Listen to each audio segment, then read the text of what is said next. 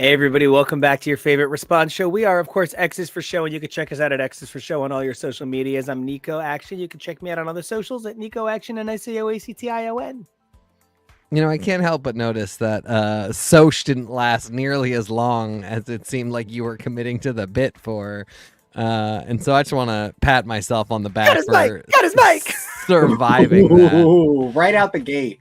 I'm TK, and I knew Soch wasn't going to take, so I just weathered the storm, and I'm sitting pretty today. Well, I'm your producer, Kevo, and you can still find me on the Soch at Kevo Really. And we've got a bit of a mashup of headlines for us today, don't we? We sure do. Yeah.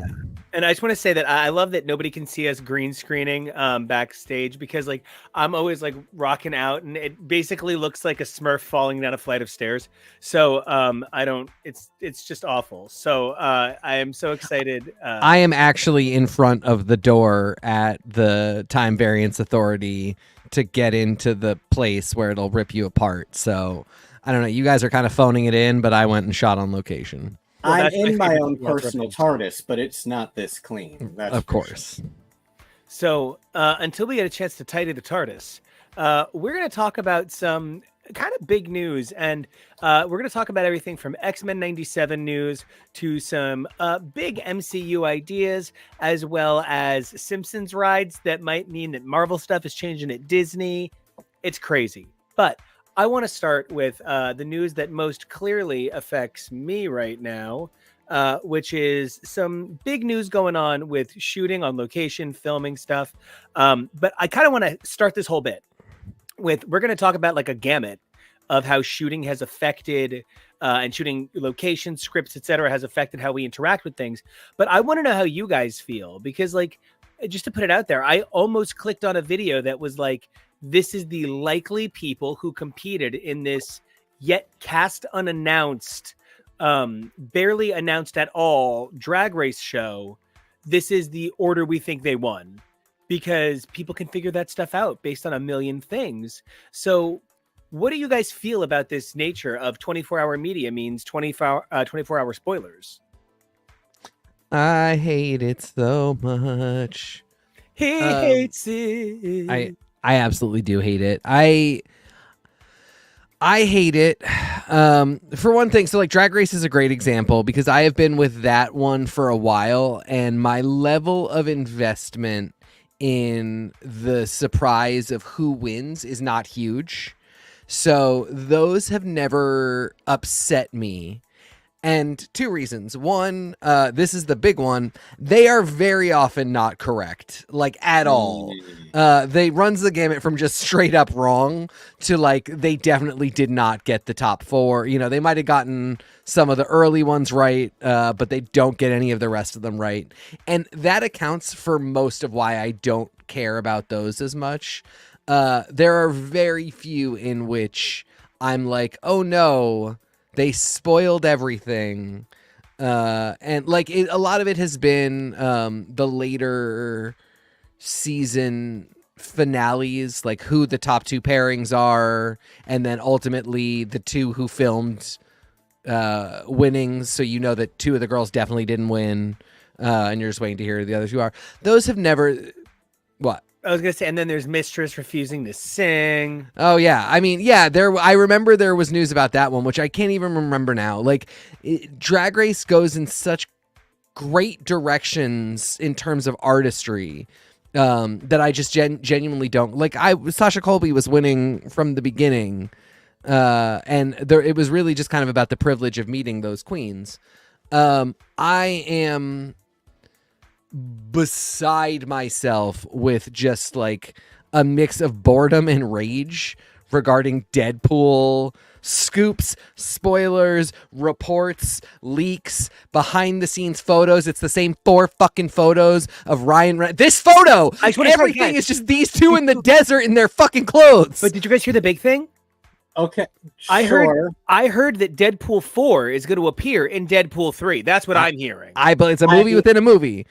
I will remind you, my love, this is one of our episode covers. Oh, we did it before. It was annoying. And you know, I have no problem with one. Some amount. Those Yeah. Yes. But like, we're going to talk about it in a second. I know I'm already like, I just saw a cute photo of Charlie Cox, Deborah Ann Wall, and Elden Ring looking fine as fuck with that haircut. I'm never going to call him by his real name, people. So just, it's Elden Ring, and we all got to deal with it. He should get a brand deal, but I'm not doing it. He looks great. Sid Meier's Civ 5. He is a great actor. Kablamo. He looks great with that haircut. Loved the photo. Super excited. I am just, by the end of this, going to be miserable with all of the like, I got a shot of Charlie Cox's cane, and can you believe it? He uses one. Scoop. Yeah, I don't want to hear anything about getting shots of Charlie Cox's cane until he opens an OnlyFans. It's just a situation where we're going to start getting nearly predatory shooting shit. And And that's Ryan Reynolds talks about that a lot. Yeah. Kevo, I think you are fandomly versed in like exactly what we're about to talk about. I just want to give a big shout out to Tori, who has recently started her drag race journey. What an incredible soul. So excited to have her here. And it's so hard. Yeah, Tori, yes, this is 100% true that the wikis, which provide so much information that you kind of want early on, are full of spoilers. And then, Tasty Cake coming in with spoilers give people the feeling of something, knowing something over others. I think for many people, there can be elements like that for sure. And Kevo, I just wanted to say, like, Doctor Who is so fucking famous for it that, like, literally, that's where the term Torchwood comes from. Yeah, Torchwood was the shooting name for Doctor Who in the first series. The way that they used Blue Harvest for, I think it was Return of the Jedi. Radiator Blues was the third Harry Potter movie. They do stuff like that a lot, and they liked the sound of Torchwood, and that's how it got turned into what was going to be called Excalibur. Nico, I don't know if you remember that. Torchwood was going to be called Excalibur, and instead, Russell T. Davies heard that anagram and was like, huh. I love that it's an anagram of Doctor Who.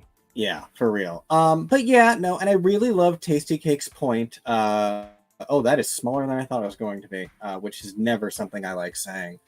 But it's all cute though. Yeah. The conflicting I love thing Tasty's like point hearing.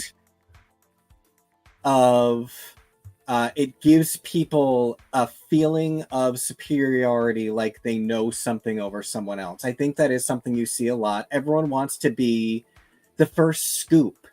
Everyone wants to be the person who gets that first shot out there. That's why the leaks for Daredevil were probably out it was probably the same night that people were leaking it, that they filmed it, because that's how fast people want to be the first ones to reveal this stuff and to just sort of feel special. And I get that. We are in such an interesting era of media consumption where, like we're saying, everyone's got a phone. We're on a 24-hour news cycle. So everyone is able to download this information immediately. And unfortunately, a lot of professional companies are put in a position of having to then respond to spoilers. So it's a really difficult situation. I think there's positives, because I think there are times when audiences have given reactions to spoilers that have not been good, that then studios have been able to say, let's go in a different direction. And that's worked out well. But it can get really tricky when you start getting into stuff like that. I mean, that Sonic trailer was official. That wasn't a spoiler. They fully put that out. But I get what you're saying. I always wonder about this idea of the people who really get off on scooping and because I can't think of a single person who I know because of their spoiler status. There are a few people who I know for their behind the scenes info, and again, Drag Race comes to mind. There are a couple names who will tell you what actually happened was, or these two people still hate each other, but those sources don't typically spoil what. I was thinking, we all follow Nate Silver. Nobody follows The Hill. I mean, yeah, exactly. There's times where you want the situation that you're clearly seeing in front of your eyes explained to you, and you would like extra information that you're not getting. You know, I always appreciate when I hear like these two executives clashed, or this director did not work well with the writer, and that's why this film was bad, or that's why, you know, it's taking longer to produce. Those things I do appreciate, and I do know certain names who scoop that kind of stuff. And even though I think that can also be kind of toxic to fandom and enjoyment, I get it. And I think those people, I get why they make a name for themselves. Spoiler people, it's always, again, like so often they're not correct. I just don't, nobody cares about the guy who was randomly in the hills of Nevada like a fucking weirdo, taking pictures of Ryan Reynolds and Hugh Jackman with a gigantic telephoto lens. Nobody cares who that guy is. He's never going to be famous for that. So I wonder if I'm out of touch with the community of people that builds up those types of spoiler getters, or if it really is just like the silliest, most fleeting hope that you can get some amount of notoriety for getting something as small as like a still of Wolverine in his yellow suit. Well, then let's talk about some stills and some videos and some ish that hit the fan this past weekend. You know, I am awful attached to this little guy, right? And it sort of felt like when Daredevil was canceled at Netflix, I kind of remember when we finished Daredevil season 1 thinking there has never been a finer television show. And then we did Daredevil season 2, and I was like, there had never been a finer television show. And then we did The Defenders, and I was like, there was a television show.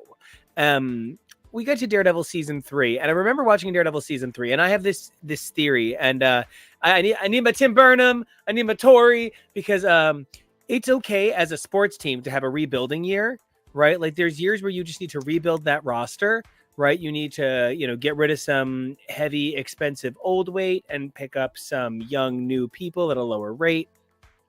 And Daredevil season 3 felt very much like Netflix said, all right, well, that didn't work. Let's try again, different. And Daredevil season 3 felt optimistic. It felt hopeful. And then when only Matt appears in now 3 projects, Spider-Man, Echo, and She-Hulk, and I listed them by screen time, you know, we had a situation where it felt like maybe the Netflix stuff mattered, maybe it didn't. This past month, Marvel was like, "Oh yeah, no, the Defenders, it happened, yeah, but maybe, you know, it depends, you'll see, right? You know."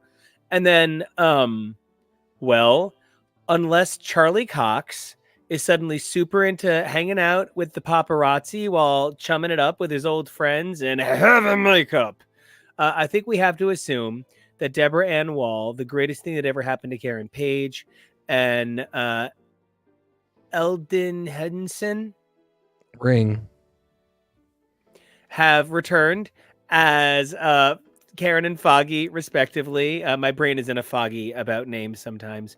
No, for real. I want to be clear because he was always a very nice man and he always had potential. But what in the men.com fuck is going on here? This man, this demigod, and lawyer and paying the bills, mama. But I also even want to say, it's not just him. Hottest both of these men have ever looked. They are really, really, really drawing us in with the hotness to start. Gay rights. Yeah, gay rights. Yeah, he looks kind of thicker than he's looked in a while, which I don't know that it's all muscle. I don't know that it's a crazy regimen, but I know that it looks really beautiful on him. I think Charlie Cox looks really good when he fills out a suit like this. And that's just a thing. But the idea that we're seeing this Holy Trinity reunited, you know, it's tough because one of the things that I think about when I think about the identity of Daredevil is you have this duality, right? because you have the crime comic, you have the noir of it, with Bullseye and Elektra and Kingpin and Melvin and you got your oeuvre, right? Oh my god, my back tattoo right there. But then you've got the human romance of it, right? Like the heart of a good Daredevil comic is the romance of it, and that's where you've got Foggy, you've got Karen, you've got Heather, you've got Mila, who... No, that's okay. Wait, was she the girl at the other law firm? No, Mila is from the comics. Tragic. Oh. Mila is tragic.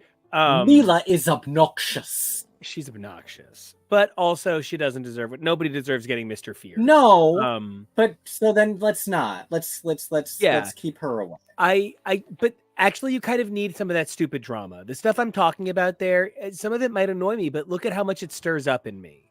Yeah, a good romance comic has stuff you fucking hate, and that's okay. There is not a single thing to hate in these three people. It is such a unique chemistry. It is so perfect that everything you don't like about Daredevil isn't these three people. Everything you don't like that Daredevil does is never these three actors. There is a purity of spirit. There's a certain, Jeff Buckley said, moving with grace that men despise and the women have learned to lose. And these three move with it. It is a stunning affirmation of the ability to see the things you believe in come to life. And I am almost without the ability to stop words at the three of them looking so right. And the duality of Kingpin showcased so beautifully. And that she's an attorney now. I don't care how it happened. I don't care what sort of alternate route New Jersey become a teacher bullshit that this person had to do. Doesn't matter. It's the best decision ever. Have a good day. You can go fuck yourself. And that's a completely different episode that we need to do about people needing to be able to suspend disbelief for the genre they're watching. It's something that we talked a lot about, and I'll put the link up during our screen coverage, where we were like, no, someone shouldn't survive being stabbed that many times. But that's part of the universe you're watching. These things aren't meant to be always hyper-realistic. When Futurama makes you cry over a dog, that doesn't mean they have to stop doing fart jokes. They're a cartoon. But it's allowed to be real sometimes. That's the whole point of art. But it's not meant to be like science. And that's okay. If you told RuPaul she had to pick fart jokes or trans rights, I think it would be a tough day for her. That's a real Sophie's choice for Ru. Yeah. I do think Marvel created their own problem here. They really did try, and I don't know. There is a point at which every person is responsible for themselves in terms of like, okay, if Matt Murdock took one of those hits and survived, let alone like had a whole hallway fight where he just has the absolute shit beat out of him, is not concussed, is concussed and goes to sleep for 3 days, wakes up fine. This happens multiple times. And like the show does a pretty decent, compared to many things, job of being like, oh, he's in rough shape. But like, if you've ever been in a fight, you can die from being hit not hard one time in the head. I chewed some crackers a little too hard the other day, and my teeth haven't recovered. I mean, it's really... So this has always been a suspend your disbelief situation, but I do think there was always a pinch of the Marvel fantastical that... I think it's best that Daredevil comic, TV show, whatever, I think it's always best that it have. And I think the Daredevils that don't work for me are the ones where it's so street level that you forget that the wizard who can go anywhere in time and space is literally walking distance away. Hey, I live in my sanctum. I'm a wizard. It's on fucking Bleecker Street. We were just shopping 2 blocks from there, says Karen Page. Like, there's just no, I think it is best for Marvel to always remind everybody that like Daredevil is in that same world. And while he does not need to go fight interdimensional space worms with Doctor Strange, when even something as dumb as Karen gets her law degree too fast, if the world is kind of just a little bit magical, that's okay. And I think there's a difference between TV plot magic just that we allow to happen so we can get through it, which is, getting beat the shit out of and not dying. And there actually is magic, and therefore a lot of other stuff is possible, so let's just run with it. And the magic of that tiny bag. Kevo, you would love that tiny bag. I get that. I really do. That's a cute bag. It looks like a Herschel. Kevo, talk to me. Talk to you. Yeah, give me a prompt, because we've gone in so many different directions. You got How do you feel about the sort of holy trinity of I guess the good guy holy trinity, because the bad guy holy trinity of Daredevil is Daredevil, Kingpin, and Bullseye. So, people have been talking for so long about we want them back, and now here it is, and people are already complaining because now we know they're back, and people are already speculating that Karen probably won't be in it for long because they might be doing a lot of stuff that is from the comics. Tori says, Karen could have easily gotten her degree in the snap when there are fewer lawyers around to defend the defenseless, and Frank's busy with his dogs. Oh, yeah, and there's any number of things. It's people questioning why so many murders happen on Wisteria Lane or around Jessica Fletcher. Like, these are the things. I would much rather a story where we can see Karen Page is now a lawyer than, like, swing too far into the realism and us question, well, how many, where are those years that she spent working on that? She's not necessarily going to become the most famous and wealthy lawyer in all of Manhattan. It's, it's just meant to give us fun stories. And all these things are just meant to be fun stories. And I feel like with a lot of these things, too, people want to rush to conclusions about what they are going to get without any patience or grace for the production of these things. We don't know what this story is going to be. This could be a flashback, and that's it. They could be in one episode for 5 minutes, the way that Charlie was in Echo for like 2 minutes. Yeah, I'd be sad too, but we don't know. We don't know what the availability of the actors was, so that maybe this is all they could get them for. We don't know if they're going to be in the whole goddamn thing. But people already want to jump to conclusions and speculate and kind of make judgments on a story that we really know nothing about. And that's really hard for people who make art. I read an interview that the last time that the showrunner for the Netflix Avatar that's coming out was spoken to and asked questions about season 2. He was like, we're still finishing season 1 and it goes up in a month. So can I talk to you later? Like, as someone who creates art for money, yup, that happens a lot, guys. We're sorry. It's hard. Creating art for money is hard. And creating stuff with all of these people is hard. So you do the best you can.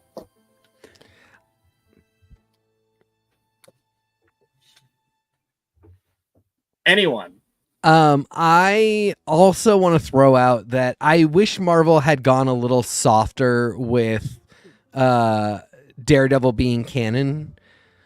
And I wish they hadn't said anything, honestly. I think a really good way to have done it would have been to have picked up as though a lot of the large beats that we saw in the Netflix show were real, but things happened a little differently here, like little details. I don't know what the right way to do it is, but like nobody's mentioned Elodie Young. We don't know if we're getting Elektra back, and if we're not, but no, I saw an AI journalism article that pulled together many twits that said that there is discussion on the internet on X, formerly Twitter, now X, owned by Elon Musk, that said that Well, people are discussing that Elektra may come back. And what does that mean for Elektra? Right. that's one of the many ways in which I keep saying that people need to give the MCU the same grace that we give comics, where, you know, things previously are canon, but there are ways in which writers will selectively acknowledge bits of history when it's a different writer and a different run and it's many years later, and that's just something you come to accept. And I really, Marvel is going to have to do that more and more. Yeah. We were fine with Gemma Chan in blue paint being a Kree, and then Gemma Chan as just a standard person being. I just want to disagree. We were never fine with that interpretation of Yes, Kree, but we were truly very happy with the Eternals. Thank you. Truly, but there are things that they've been allowed to skate by with, where like even in comics, little things like that, somebody's had to be like, look at this thing, or like make a little comment about it, or Fabian Nicieza has to write the stupidest issue of Legends to explain really pushy on Twitter. why this fucking dude is actually a Summers brother when he is in no way that. But we've never, for some reason, like the MCU just has never had to do it, but eventually they will. Well, can I actually, you're the person I care the most about the opinion on of people in the world, because there are so few things that compare to how long the MCU has gone as actually, in our modern vernacular, Grey's Anatomy. You know, my precious Desperate Housewives gave up at 8, Lost intelligently ended at 6. Yeah, they were always intended to. Oh, they were, and yeah. It was all ready to go.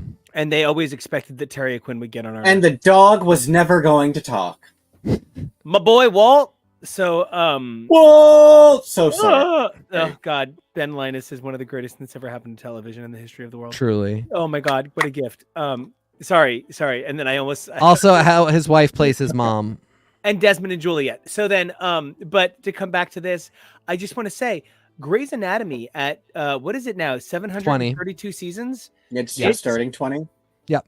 It's really pushing a limit that we, as a cultural zeitgeist, refuse. The cross-generational idea of canon is something that so few companies can carefully navigate. And I've actually been thinking to myself, the MCU, by not restarting, is actually being revolutionary.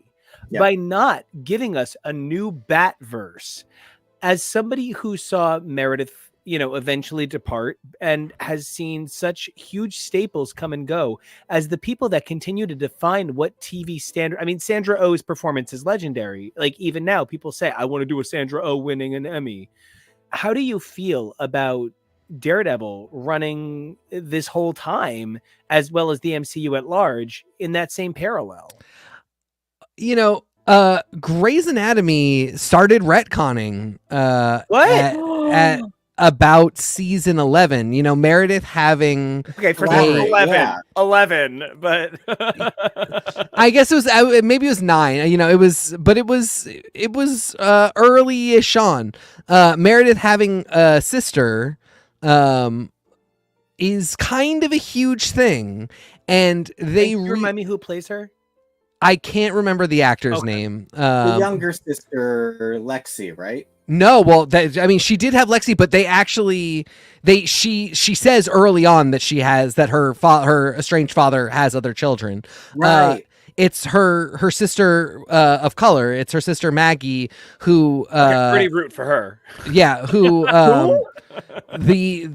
because Meredith's mother, Ellis Gray, was having an affair with Chief Richard Weber, and that's like I've even seen that. Yeah, so she has a black sister, and so this black woman shows up to run the surgery department, and she goes, I came here because Ellis Gray is my mother. I was adopted by somebody else, and then they go through a sort of exhaustive.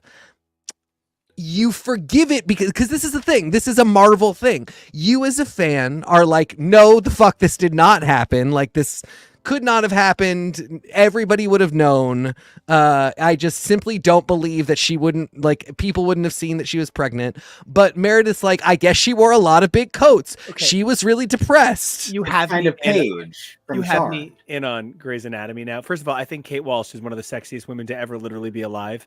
Oh, and So, I mean, when you get into like the Grey's verse, like Private Practice, and I mean, the Private Practice stuff with Amelia Shepherd, Derek's little sister, who relapses onto pills, has a baby born with no brain, and so just falls into a massive depression. And then Kate Walsh is the only like family member. They're not even technically family anymore, but Kate Walsh is her only family member who has to pull her out of being a drug addict. And it's wild. The point being, literally should not be that good at acting and that handsome. It just I seems agree. unfair. I agree. I do sort of, I've always wished that they kept Marin Dungy for his role. Even though I love Audra McDonald, I love Audra McDonald as a stage actor. Wait, is Audra on Private Practice? Yeah, she took this role from Marin Dungy. They recast from the backdoor pilot into the actual show. Like, and this is in the late 2000s, so that's so awkward.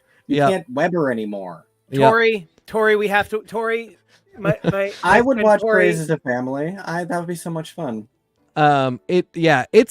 It's wild, sprawling continuity. And so, like I said, they retcon this sister, and they do many episodes in which Meredith has to reckon with the fact that she was only 5 and her mother was being really weird and she didn't get it. Her mother's a liar. And her mother lied. And they kind of slotted into a time period where it works. Oh, Tori, I'll hold your hand through the whole thing. It'll be really stupid and really fun. The number of HIPAA violations alone, we'll drink every time they make one, and we'll be drunk through the whole thing. The one thing I really remember is, oh no, I cut his fart bag, and now he's gonna die. From season 1. Yeah. Also, crying while having sex with a gay man. I remember that. That sure did happen. Poor Tara Knight wasn't gay. And then sleeping in a dead man. They also retcon. I'm going to spoil something huge for you now. They retcon Katherine Heigl leaves, and then when they have to get rid of Justin Chambers, they retcon that Katherine Heigl had his children, which is just insane. They wanted to George Clooney, Juliana Margulies on the dock, probably. That's what it is. Exactly. I still think about the ending of Chicago Hope and anyway. Yeah. So, if Grey's Anatomy can decide they really need to introduce a fresh new character that is connected to Meredith, and it's got to be something really good, really high stakes, okay, we have to put in structural work over many episodes to retcon in that she had a sister. Daredevil can figure out how to retcon in stuff that they need to make this work, but they've got to do it, and Marvel has to really work with its audience to say, like, okay, you watchers, you're coming from comic book stories no matter what, even if you don't realize it. Like, this is all from comics are serial. These stories are 60 plus years old. They are a mishmash of stuff, so you need to be prepared to go on a journey with us where we tell you something that you think could not possibly be true, and then we get you there. That's the only way this is going to work, or it's just going to seem really hokey one way or the other. And I think they won't do too much of it, and I do think within 10 years, 10 to 15, we'll have a universe reset. So here's where I hope not, right? I have been on a terrible journey, and everybody should stay out of my way. There can only be one thing I'm talking about. I am talking about my favorite character in the whole DC universe. Oh, God. I'm talking about Sinestro, who recently became a car in my read. He woke up one morning and he was a borderline disabled man's car. And when he transformed back into a person, he even noted that the car's gasoline made him more muscular. Oh, God, DC. But here's the thing that I'm bringing this up because of. Every couple of years, the DC universe, whether through an overt reset or through sort of like a subtle, like literally the transition from the classic golden age of character comics in DC to the silver age of character comics, and I'm saying character comics because that's all that changes. One issue of Detective Comics, it's Earth 1 Batman, and then the next issue it's Earth 2. No explanation. It is just one day there is a continuity change that they decide is sort of like the point of continuity change, and then years later Batman meets the other Batman and they sort of talk about how they're different and the same. So even when DC wasn't doing it through overt, oh, wow, it's a crisis moment, they were having these sorts of subtle changes that they would then themselves later reference as sort of a part of fandom. We've really never had a universe go as long as the Marvel Cinematic Universe is attempting to make it. I mean, I got to be honest, I don't know my Gunsmoke, and I don't know if Barbara Walters kept a tight continuity on 2020. But, you know, I know that for sure The Simpsons doesn't. I know that for sure the Family Guy universe, because, you know, hot older boyfriend loves watching Family Guy. So I have seen a ton of Family Guy to the point where I would say my favorite male vocalist on the entire planet is You've already said it. Like, it's not like I would say that. You've like announced it for sure. Is Seth MacFarlane, who is just the greatest male vocalist of his generation. They do not uphold the same continuity, and if the MCU could be the thing that fucked that tradition so hard, I'd be very proud. How do you want them to fuck the tradition? Just don't reset. Though I see Kevo's got a thing. Yeah, I do. Because I do have to correct you, because one of the other things we are talking about on this subject is specifically something like that. You're so right, Kevo. Thank you so much. In a different direction. The MCU is really landmark for being a film franchise that became as successful as it did as a series of, you know, intercontinuity films with all the same actors, with a singular vision. But, you know, we have some other universes that we talk about on this program that are similar. I wouldn't say Star Wars has accomplished the same lengths as perhaps a Star Trek in that regard, because Star Trek is a show that has like 500 television episodes by this point. It has movies. It started on TV though, so like it's not quite the same as the MCU. It took this 30, 40 years for it to be able to be taken seriously as an entity and not just kind of, you know, a nerd franchise. Which it took a reset. It took jumping forward hundreds of years. Not really, but you know what I mean. And in a similar vein, and something that is also relegated to TV, but that is struggling with the question of continuity, is Doctor Who and everything that is going on with them. A lot of people are struggling with a lot of the artistic changes that showrunners are trying to make to the show right now, because it's been 60 years and you kind of need to keep reinventing the wheel if you want a franchise to stay fresh, if you want it to stay current with young viewers. Something that people gave a lot of pushback on is the two recent sonic screwdriver designs. First, what David Tennant's new one could do, and now what Ncuti Gatwa's new one looks like. But the fact is, sometimes the sonic screwdriver looks like a dildo, and it's essentially just a stick, so it doesn't excruciatingly look like a screwdriver either. So it's just trying to play with these things. I talked on another show that I work on, Traveling TARDIS, about how, you know, I reacted when Power Rangers Morphers changed over from looking like, you know, cool gadgets to all of them kind of look like cell phones. The majority of them started looking like cell phones at a certain point, because that was a gadget that kids were familiar with and would carry, and something that would be realistically something that people like them would disguise as a morpher so they're not suspicious. The belt buckle with the gold coin, really sus. So this is, you know, an attempt to start redesigning and exploring new options for these things. No, I carry my guilt on me at all times. Oh, no, I'm definitely Jewish. Yeah, me, Jason, definitely. It's just a really fey belt buckle. What do you say? I'm into dinosaurs. But yeah, this is something on that same subject of when you like the MCU. Something I think about a lot is if they decide to end it, when and how will they end it? But what if they don't? What if eventually we're celebrating the 60th anniversary and it goes through ebbs and flows? But what if they sort of just keep rolling? Who knows?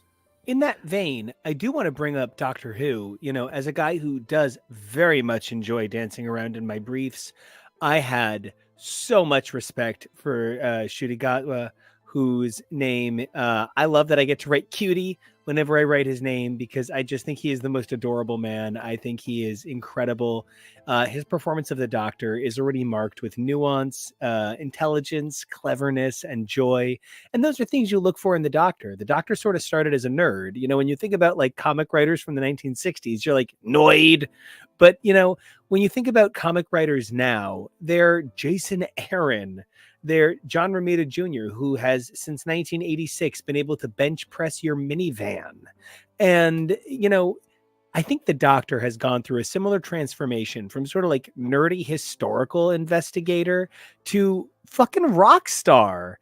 And, you know, part of that has meant that he has a rock star-esque fandom. He has, you know, space aliens passing out when he walks by them on the way to the show. And the then inclusive obsession has meant that things like the incredible surprise of what's going on with our new companion has been a little bit blown for us. Number one, I can't see a tartan without immediately needing to say Alan Cumming on the Traitors is the highlight of my week. I just need to put that there. Goddamn, fuck. Oh my God, this episode was so devastating. Tomorrow, my love. Thank you, but also incredible, the most amazing reality shocks. But one of the things that I think is amazing now is I'm in a position where I don't know this character yet, and I feel like I'm already saying goodbye to her. And there was a recent JRPG that had a rhythm game announced in part of its universe, where the day that the game's finally, after 2 years of leading up to announcing this game, the day that its open source beta announcement was, they also announced that in May the game is closing. Like, we're in such a situation where when you get something, it's really the iTunes end user agreement where you're only agreeing to borrow it. You don't get to love this thing forever. And I'm devastated because there's nothing I love more than a peroxide blonde with heavy, dark eyebrows. That is some Heather Locklear level shit. And Locklear level is really hard to say. And I am a little heartbroken that, you know, these two are clearly dressed as Chip and Dale, and Chip is going to be leaving at the end of the first season. Look at how Dale's titties are popping, though. Fuck, he is literally one of the most beautiful men I have ever seen in sci-fi. And honestly, like, they started flirting with the idea that the Doctor was hot with Tom Baker, like that there was any kind of romance at all between. That there was any kind of romance at all between Tom Baker and Sarah Jane Smith was. It was what it was. And that's the first time. I mean, I guess maybe kind of John Pertwee too, but there's not really so much romance between them. It's just that he has this very international man of mystery vibe to him when he's in the cravats and everything. Oh, behave. Right. Thank you. Yes, like that. Liberace, but now we all know the truth. And then oh, take down the marquee. We go through a bunch of doctors who I think the vibe kind of stays it doesn't totally go away, but it's really not till Tennant that we start to really say that like the Doctor might be like really sexy, like a really like a dude. But like Cue David comment Tennant, from Tori any second now. I mean, the kind of guy that all of us would go home and be like, "There's this guy in my class, and all I can do is want to follow him to the bathroom." Like, but honestly, David Tennant, all things considered, is not like. I mean, what I'm getting to is that like for the Alex Kingston really sells you on this idea that the Doctor, Tori with the comment, speak for yourself. Nine just needs a drink first. Yes, I get it. I mean, I'm not saying he's not hot. For me, it was Matt Smith. I really thought Matt Smith was, you know, a guy I wanted to. You love me, right. I wanted to kiss Matt Smith on the mouth. But no matter what, Matt Smith is a weird-looking guy. David Tennant is a weird-looking guy. Like, they are not universally attractive. And Alex Kingston really starts, as River Song, really starts to sell us on this idea that, like, the Doctor is the sexiest man in the universe for who he is. And she being so physically hot, but also of the, like, her soul is hot. Yeah. Her personage is hot. You know, she just kind of goes around saying, like, the Doctor is the hottest man alive. How could you want anything else? And she does it most for Capaldi, the arguably the one that, like, most of us are going to say is not for us. Yeah, even, like, I'm a guy who is famous for thinking, like, septuagenarians are literally the height of hotness. And I have to level, while Capaldi is one of my favorite iterations of the Doctor by a mile, he is by a mile not the sex pot that either David Tennant is by looks, or, to your point, Matt Smith is by energy. I think there is a certain energy you can have that's sexy, and most of the Doctor actors have it. Capaldi went in a different direction. Capaldi sort of pulled from that, I'm your cool history professor, not your cool professor you want to do late night sessions with. And then Jodie Whittaker takes it to a zone of sapphic. This is very special and kind of not for anybody outside of who's in the TARDIS today. Like, this is not universal sex appeal. She is not to be a babe. I think she wasn't unsexy, but she was, I love the word sapphic Tumblr dork. Yes, and a sexy lesbian voice. Yes. I think it really was for women who love women more than anything else. It really wasn't even for men who think lesbians are hot. I don't think she was ever meant to be, like, not sexy, but it was just like, we're not going to do this to turn you all on. Like a Big Bird plush. She was not meant to be sexy. But she wasn't this image. But she and what's her name, Yasmin, had incredible chemistry. Okay, Yasmin could have incredible chemistry with a brick. That woman could literally have acted against a blank wall, and it would have been incredible. The dad would have been a very hot old Doctor. Don't say you're not thinking it. No, you know, one time a former contributor to our show, when we were watching series 4, misunderstood when we were saying wilf, and thought we were saying that Donna's grandfather was a wilf, wino I'd like to fuck. Oh, okay. Because his first episode, he's that old guy who's just working at the newsstand, and we were like, oh my God, Will! And he was like, they want to fuck this wino? Yeah, and so listen, you know, I do understand what we're talking about as a show, but yeah, that was a really interesting choice where I think they had made a decision that the companions would be a little bit sexier than the Doctor, and I think all 3 companions were, Clive definitely, were a bit more sexily presented than the Doctor, because Jodie is, of course, a beautiful woman.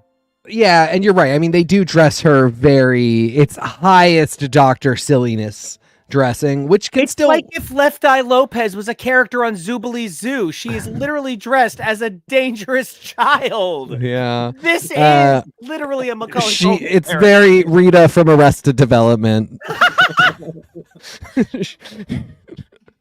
I mean, those boots with the capris, Mr. She F. is dressed like a kindergartner in an adorable, wonderful way. She wants to have pop. Think about the Sixth Doctor. No one has yet dressed worse than the Sixth It's Doctor. 100% true. So, all the way back to my original point, we finally have a hot doctor. After all of this time of being like, the doctor is arguably the sexiest creature roaming time and space, finally we have the proof is here. And it's a weird thing where, like, we are maybe a too aesthetically focused, sex-obsessed culture. But if that's true, at some point you better fucking deliver. And finally, I think, smother me in his titties. Yeah. Yeah, I mean, finally we are delivering. Finally, we have this person who looks incontrovertibly as beautiful as River Song soliloquizing about the Doctor. It all is matching up. I think in a lot of ways that, like, almost resetting things for a generation of young people who kind of are like, no, I'm not just going to, like, take any dude you give me and be like, that's the coolest guy ever. He actually has to be cool. That's a bigger focus than basically anything else, I think, for a hot minute. I mean, I think it is a really big part of the focus shift for Doctor Who. And I think it's unfortunate that we got the news so early that Ruby is leaving before we even got to the first episode. But I don't think it's unfortunate that it's happening, because that happens all the time. One season companions are not uncommon at all. We've had more than one in recent memory, and I think it can be a good thing. There doesn't have to be anything wrong with it. What blows is this storm of stupid articles and headlines, and already the new companion is being compared to the old one before literally anybody has gotten a chance to meet or see anybody. No, seriously, could Verada Sethu, like, appear before we are defining her as a performer? These photos do look, I mean, if we're talking about appearances, I am super down for this one already. Thank you. Also, this unbelievable set. This is my aesthetic. I'm a real Long Island, Atlantic City, LA in the 1940s kind of guy. I like any version of glam you want to give me. And God, very LA, very Miami in the 60s and 50s. And yeah, I get that. I don't want to, like, make people cancel Shudigatwa, but this man is literally the definition of bisexual panic. Like, he is making everybody on Earth panic that they might be bisexual, straight people included, that are interested in people who present as male. Like, he is so beautiful. And this idea that they are playing up the aesthetic, that he's going to kind of sort of contrast the idea of the Doctor against this glamorousness. I just think that they're really finding a way to celebrate this character. This looks a little Pee-wee to me, so I'm hoping it looks better on camera. Oh, I think this looks Chuck Berry. I think this looks goddamn rock and roll. Yeah. Part of the conversation as well is these are outdoor photos. The Daredevil leaks of Elden Ring and Deborah Solidwall, those were out on the street. You can't really help that those things are public, and then that becomes a conversation of, you can complain about stuff being too CG and stuff being too much on green screens or whatever we have now, where there's that Lucasfilm thing where you film in front of the whatever and all that great stuff, or you film out in the daylight, in the sunlight, and you have to trust that your fans are not going to leak that stuff. And unfortunately, people do. Unfortunately, you can't help that. And so this stuff is just going to happen. And with the nature of trying to film far enough in advance, something like this happened. But part of the thing that I take so much issue with is we don't know the story yet. We don't know what's going to happen to Ruby Sunday. We don't know who this woman is.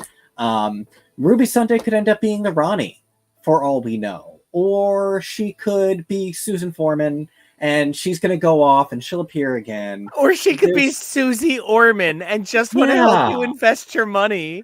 she could be her own mom, and she needs to go and complete this loop forever, and that's what she's doing. We don't know what story Russell T Davies is going to pull out, and we are speculating so wildly and reacting so hard when we don't know that we are not necessarily going to ever see Ruby Sunday again. I always think back to when Billy Piper left the show and he said, "That's it, Rose is gone." Yes, she's gone forever. It's sad. It's so sad. And they had secretly made a Traitors-esque pact where David Tennant was doing 2 more years, and then Billy was coming back, and she was going to help him fill his final story, and then David and Russell were both going to leave the show. And that was the plan from before she left the show. But they lied and said, she's never coming back. We have no plans for that. Because that's what you have to do. Unfortunately, now we live more and more in an era where information is so accessible that you've got people leaking that for you.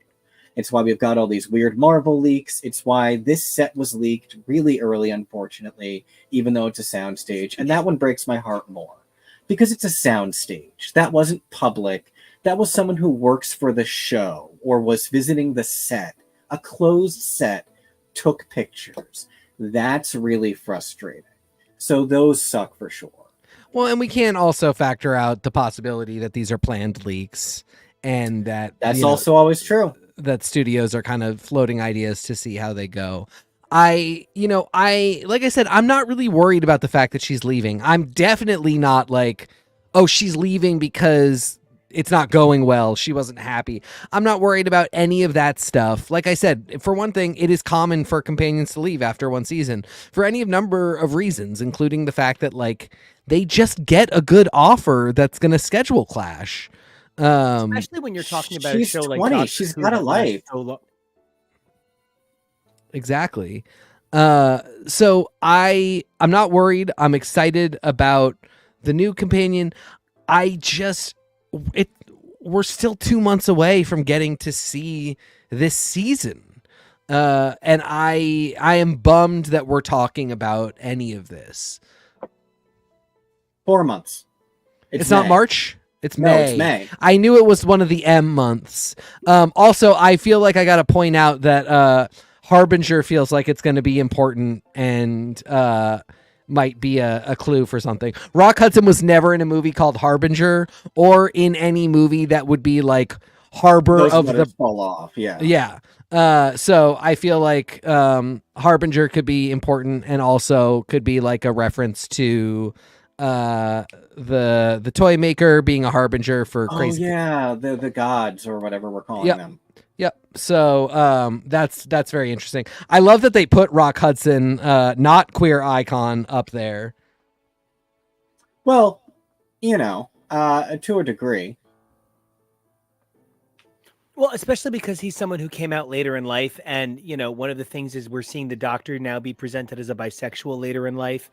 And RTD, I don't know, was, I don't personally know how RTD progressed through cinema, if Queer as Folk really was his first thing, or if he took time to get there. But, seeing Rock Hudson, seeing that queer inclusion, whether or not he's a gay icon, that's a queer person. And that's something that's worth celebrating, especially when you're talking about somebody like RTD, who has been fighting for queer representation for 20, 30 years and is really only getting a chance to do it on such a major scale now. 2 of his most formative late 90s queer works were Queer as Folk, which of course we all know, and a show called Bob and Rose, which was a show about a gay man who falls in love with a woman and the struggle that he goes through with his queer community and friends, sort of shaming him for having this experience. And that was such a bold work. I've never watched it. I only really know what he's said about it himself in, my dad's favorite book, in my favorite book by my dad, The Writer's Tale, where he talks a lot about his experience as a writer, and he talks about making that and how he worried about pushback from it. And so I wonder how it would have aged. But even that was something that, yeah, exactly. He was trying to tell unique queer stories even back in the 90s. And I really love your perspective on that.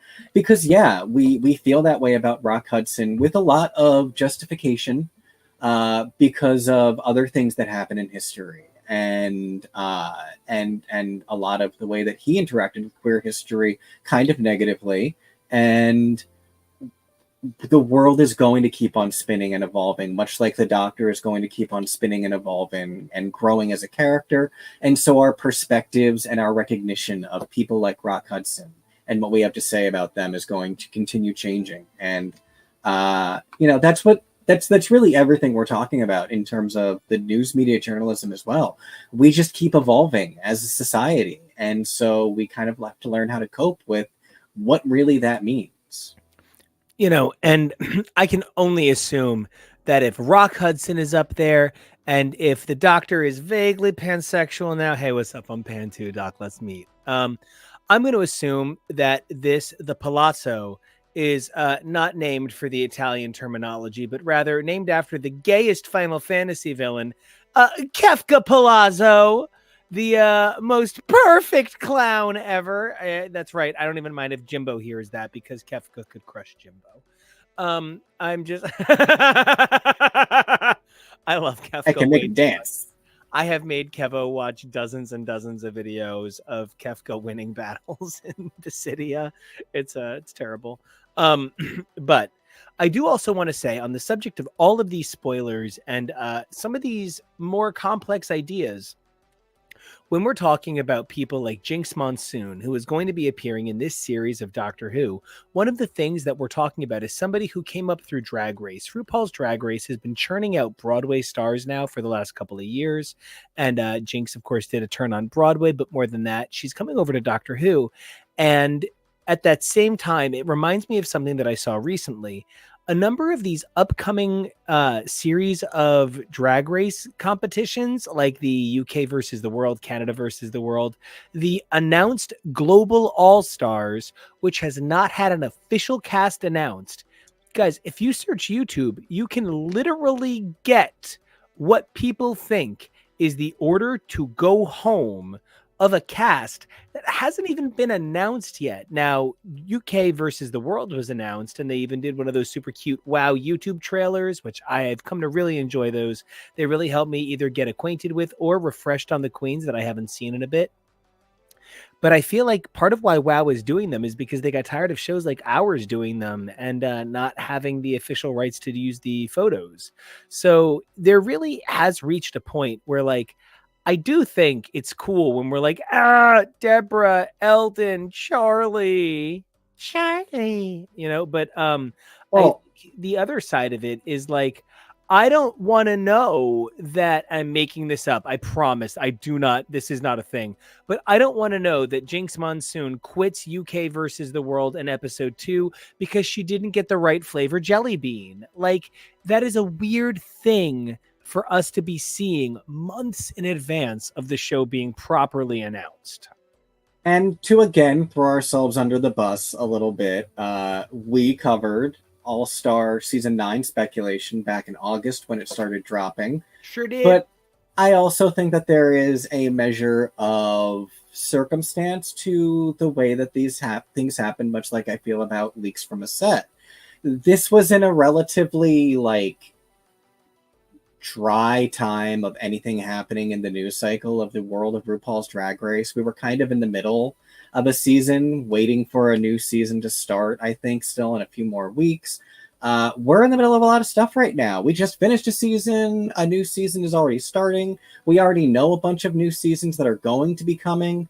And so, it becomes too much. We had been talking about how we felt like there was too much actual content dropping.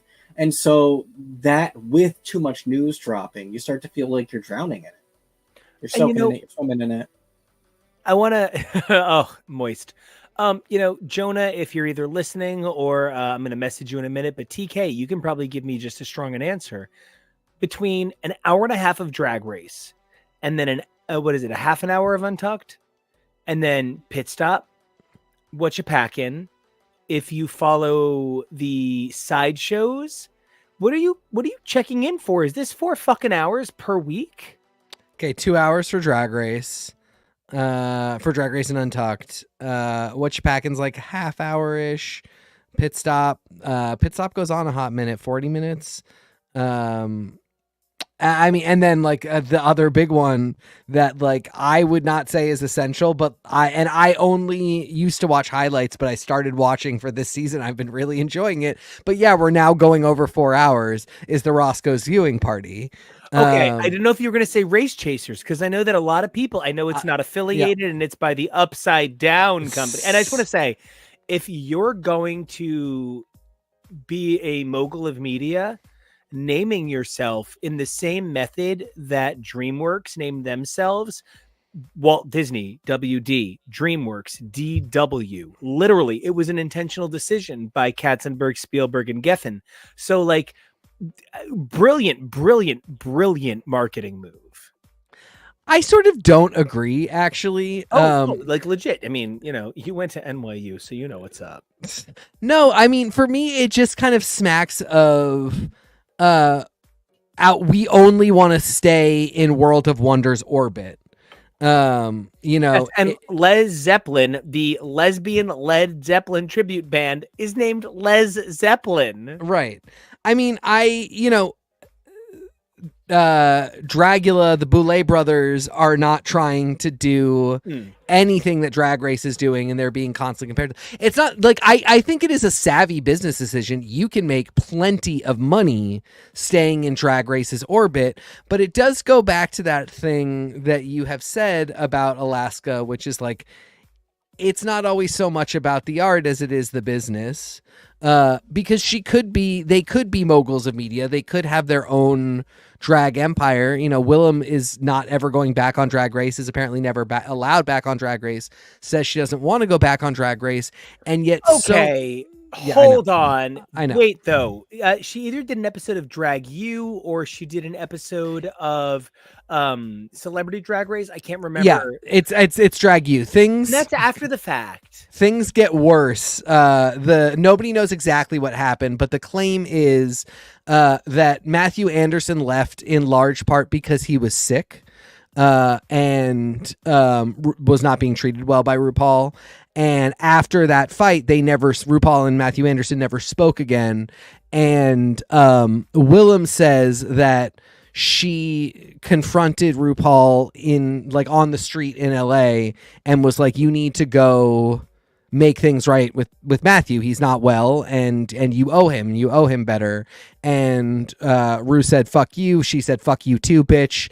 And they will never speak again. Again, it's one of those things where I've heard Willem tell multiple versions of that story. So they're all true. None of them are true. It's Tori Amos telling us where the songs came from. Oh Lord. You and I'll talk after the show. I've just heard a great one of those. Stop it. Oh my God. We could literally abandon our lives and just talk about Tori Amos' song origin. Yes. Yeah. So anyway, yes, she was on Drag You. Things were okay for a while, even after getting kicked off. Like, she was supposed to go on All Stars, but around season 9, it melted down forever. Anyway, long and short of it being, like, for somebody who says she hates RuPaul and doesn't support how Drag Race kind of takes advantage of these girls, you do solid money covering every episode of their show. Having other contestants on your network who that's because Race Chasers is a show that understands its audience. Yeah, absolutely. And they are benefiting from other people, from their perspective, continuing this franchise. They're just finding a way to capitalize. I'm with you. It's icky because it's pointing at it, but it's just a little bit weird, and it's weird to call yourself moguls. It just means that, like, I don't know, the fact that moguls of media is obviously WoW flipped upside down just means, like, I don't know, if you ever try and do something that is not Drag Race related, or like really in its sphere, do I ever buy it? I don't know that I do. I don't know that I will immediately trust it. And I have one more point on this. Oh yeah, just like I've been noticing a lot, like I saw another recent performance of Alaska's where she was doing a bunch of like click clacking and heel clacks, but what she's doing is standing on stage with two cut off leg props and they have heels on them, and she's just clacking them together, and it's very funny. It's But how I duck walk. yes. Yeah. But when I think about all of the performances I've seen of hers lately, it's lowest possible effort that references something that somebody else like Mirage does with her whole fucking body. And Alaska just kind of shows up and like does a version of it that I don't think isn't funny, and it's creative that you found a way to do it. But I'm like, are you sick? Do you not have the energy to dance? Like, what are we doing here? And it's that thing of Alaska's she's Drag Race. and it's that thing of she's going to get 500 million views for that, and Mirage, Exactly. as we'll discuss tomorrow, just sobbed on the stage because she's not Alaska. Alaska made And so works- much, like she got so many views off of Let Loose covers, or like she did a whole Yeah, thing I where gave she her like 2 million of them, unfortunately. she did like an analysis of each lyric, and I'm like, that's funny. It's not that it's not original. I love that you did it. I'm not saying that there, but it is just like you go write a campy stupid song. It's not like you haven't in the past. Anyway, it just like it doesn't quite cover what we're talking about here, but it is sort of just in the zone of like drag race culture is everywhere. And I don't hate when we do a suspected queens list, because for me that's just like a really fun thing of like, oh, can you imagine what it would be like if Roxy Andrews and Evie Oddly spoke for? I literally just picked the first queen that came to my mind, but like it would be so interesting to see these two queens interact, or like that would be so fun to see her again. Well, as the roast from the All-Stars with Evie Oddly would go on to say so many times that Evie Oddly would silently vomit to herself if Evie Oddly could simply not trip on her own penis. She do be packing. I definitely don't mind. I don't mind when somebody says like, hey, this girl has not been on social media for a while. Could be that she is on Drag Race. When we get into these are the queens that are here, this is the order that they leave, I definitely check out big time. I don't really want to see that. But then, like I said earlier, I don't super care if I do see it, because I'm not here for the surprise. The show is so produced at this point that kind of the surprise comes from being like, that queen was not the one in the bottom this week. But I'm here for their artistry. Look, I saw a Parade magazine article that was like, can we talk about the judging bias currently going on Drag Race? And I was like, straight people, you have way too much time on your hands if you are sitting around and talking about Drag Race. Don't you people have an election to be rigging right now? I do not understand what's going on. Anyway. Judging last night was one of the worst decisions, I think, maybe in Drag Race history, but whatever.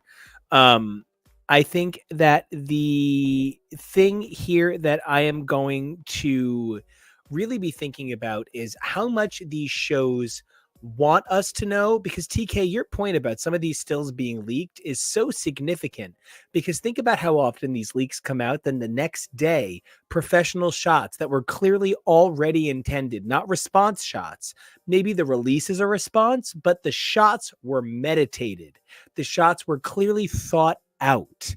And I'm going to really be thinking about how often these WoW cast list announcements are ready to go the day after I see the YouTube video that's ready to spoil the show for me. Yeah. Okay. We're going to move on to our next topic. Let's do it. All right, let's do it. I'm going to keep this one a little bit short.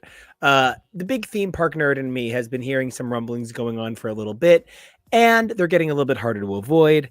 At this point, it seems as though Universal is telling that everybody that works on the Simpsons ride to perhaps make other plans. You will be either relocated and they're not assigning new people to the area. This is usually a sign that the area is either undergoing a massive refurb or more likely being shut down. Now, at Universal Islands of Adventure, they have 7 areas that are each based on independent IPs, or were independent IPs at the time. in the time since, these IPs have come to be owned by a few companies, one of which is Disney. Now, Disney owns two of the major IPs going on at the Universal Islands of Adventure Park. Now, as a second gate, it is clearly not meant to be the primary source of income, but when you're talking about the quality of gates, one of the things you need to, gate is a term in the theme park community for a park within a larger resort structure. So when you're talking about a primary gate versus a second gate, part of what you're talking about is what people are coming for.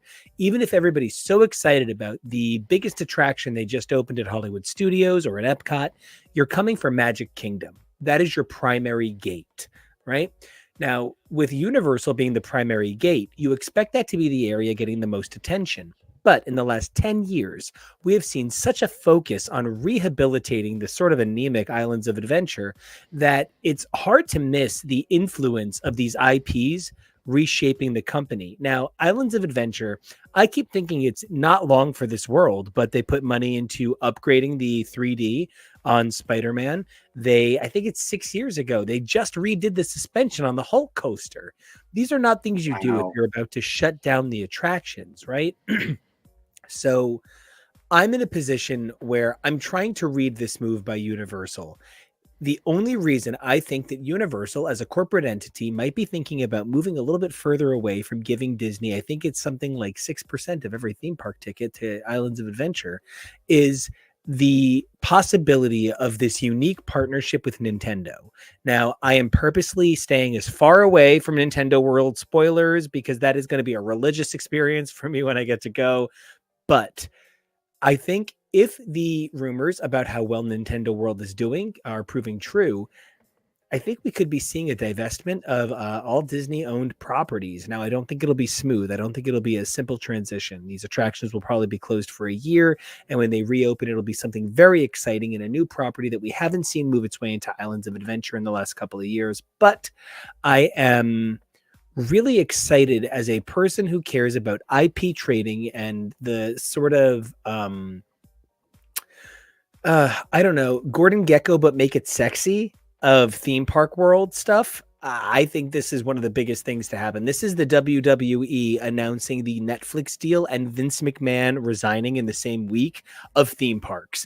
Okay, that's a lie. Nothing will ever be that.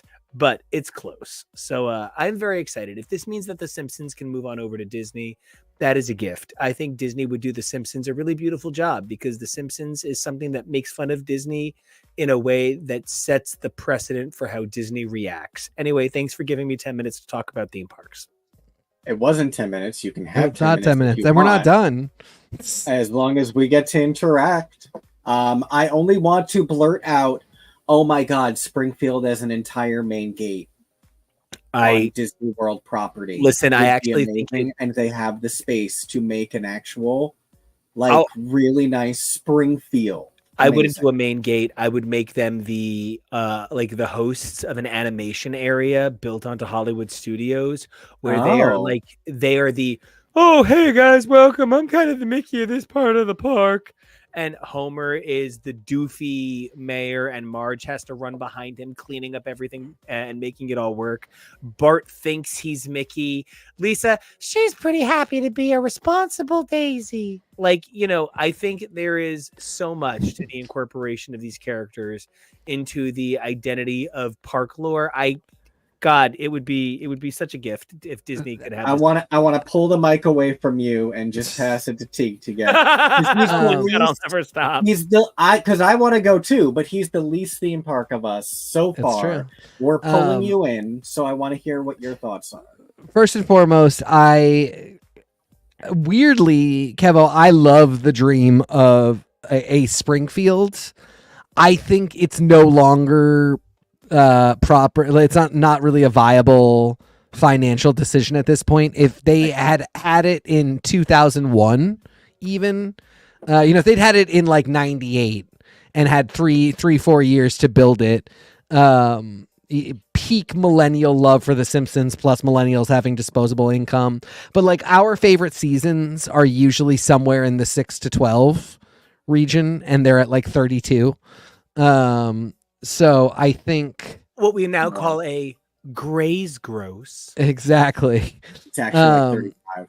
Exactly. So I think unless they did real work to redo The Simpsons as a television property to get people back in, I think the more likely thing is something like what Nico describes, which isn't bad at all. I mean, there's still tons to do with that. And I think The Simpsons potentially having new life as a more interactive experience rather than a kind of lackluster TV show might be really good for them.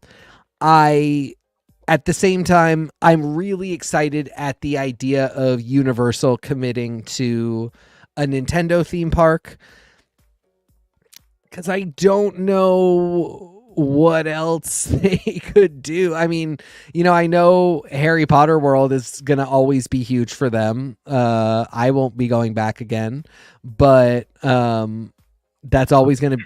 Oh, we're going for Nintendo World. Oh yeah, of course. No. I'm saying I won't go. I won't be going back to Harry Potter World. I did it once and it's very cool. I wish that I would not be supporting a horrifying transphobe if I did go back. Make out with a young McGonagall. Why am I even going? The very important question. I want to walk around it, but I'm not buying anything. It's just I'm fascinated with architecture. Oh no, I'm buying the wands, but I'm going to buy them in a way that I'm sure won't give her any money. Setting that aside, I love the idea of a full Nintendo park. Like, give me Zelda too. Give me Pikmin. Give me Kirby. Like, go for it all. I would love to see it. I think it would be really fun. I would super invest in that. I would invest in that as much as I would invest in Disney. And then I think if you give them back their proper, it's weird. It is weird that Universal has some of the best Marvel properties, and looking at a coaster like Storm Force with those like very extreme X-Men era storm visuals, that's not my favorite thing to see. Like, this is Marvel Heroes pulled entirely out of time and referenced from like very different eras all over the place. Yeah. And I just think Universal is not really equipped to best maximize use of these characters. And it's coming to a point now where I'm just like, I would rather not go at all than have my X-Men theme park experience be with a steward that can't keep current with them. Yeah. Why would you go to Stewart's if you could go to Nathan's? And if I can just wait a couple of months to get those incredible crispy crinkle fries, I'm going to wait. Yeah. Especially with the fact that Marvel has been able to do at other parks around the globe a proper Marvel area. And even in Epcot, they were able to find a way to do Guardians of the Galaxy in Epcot. And with one attraction, they're really showing up so much of what is an Islands of Adventure.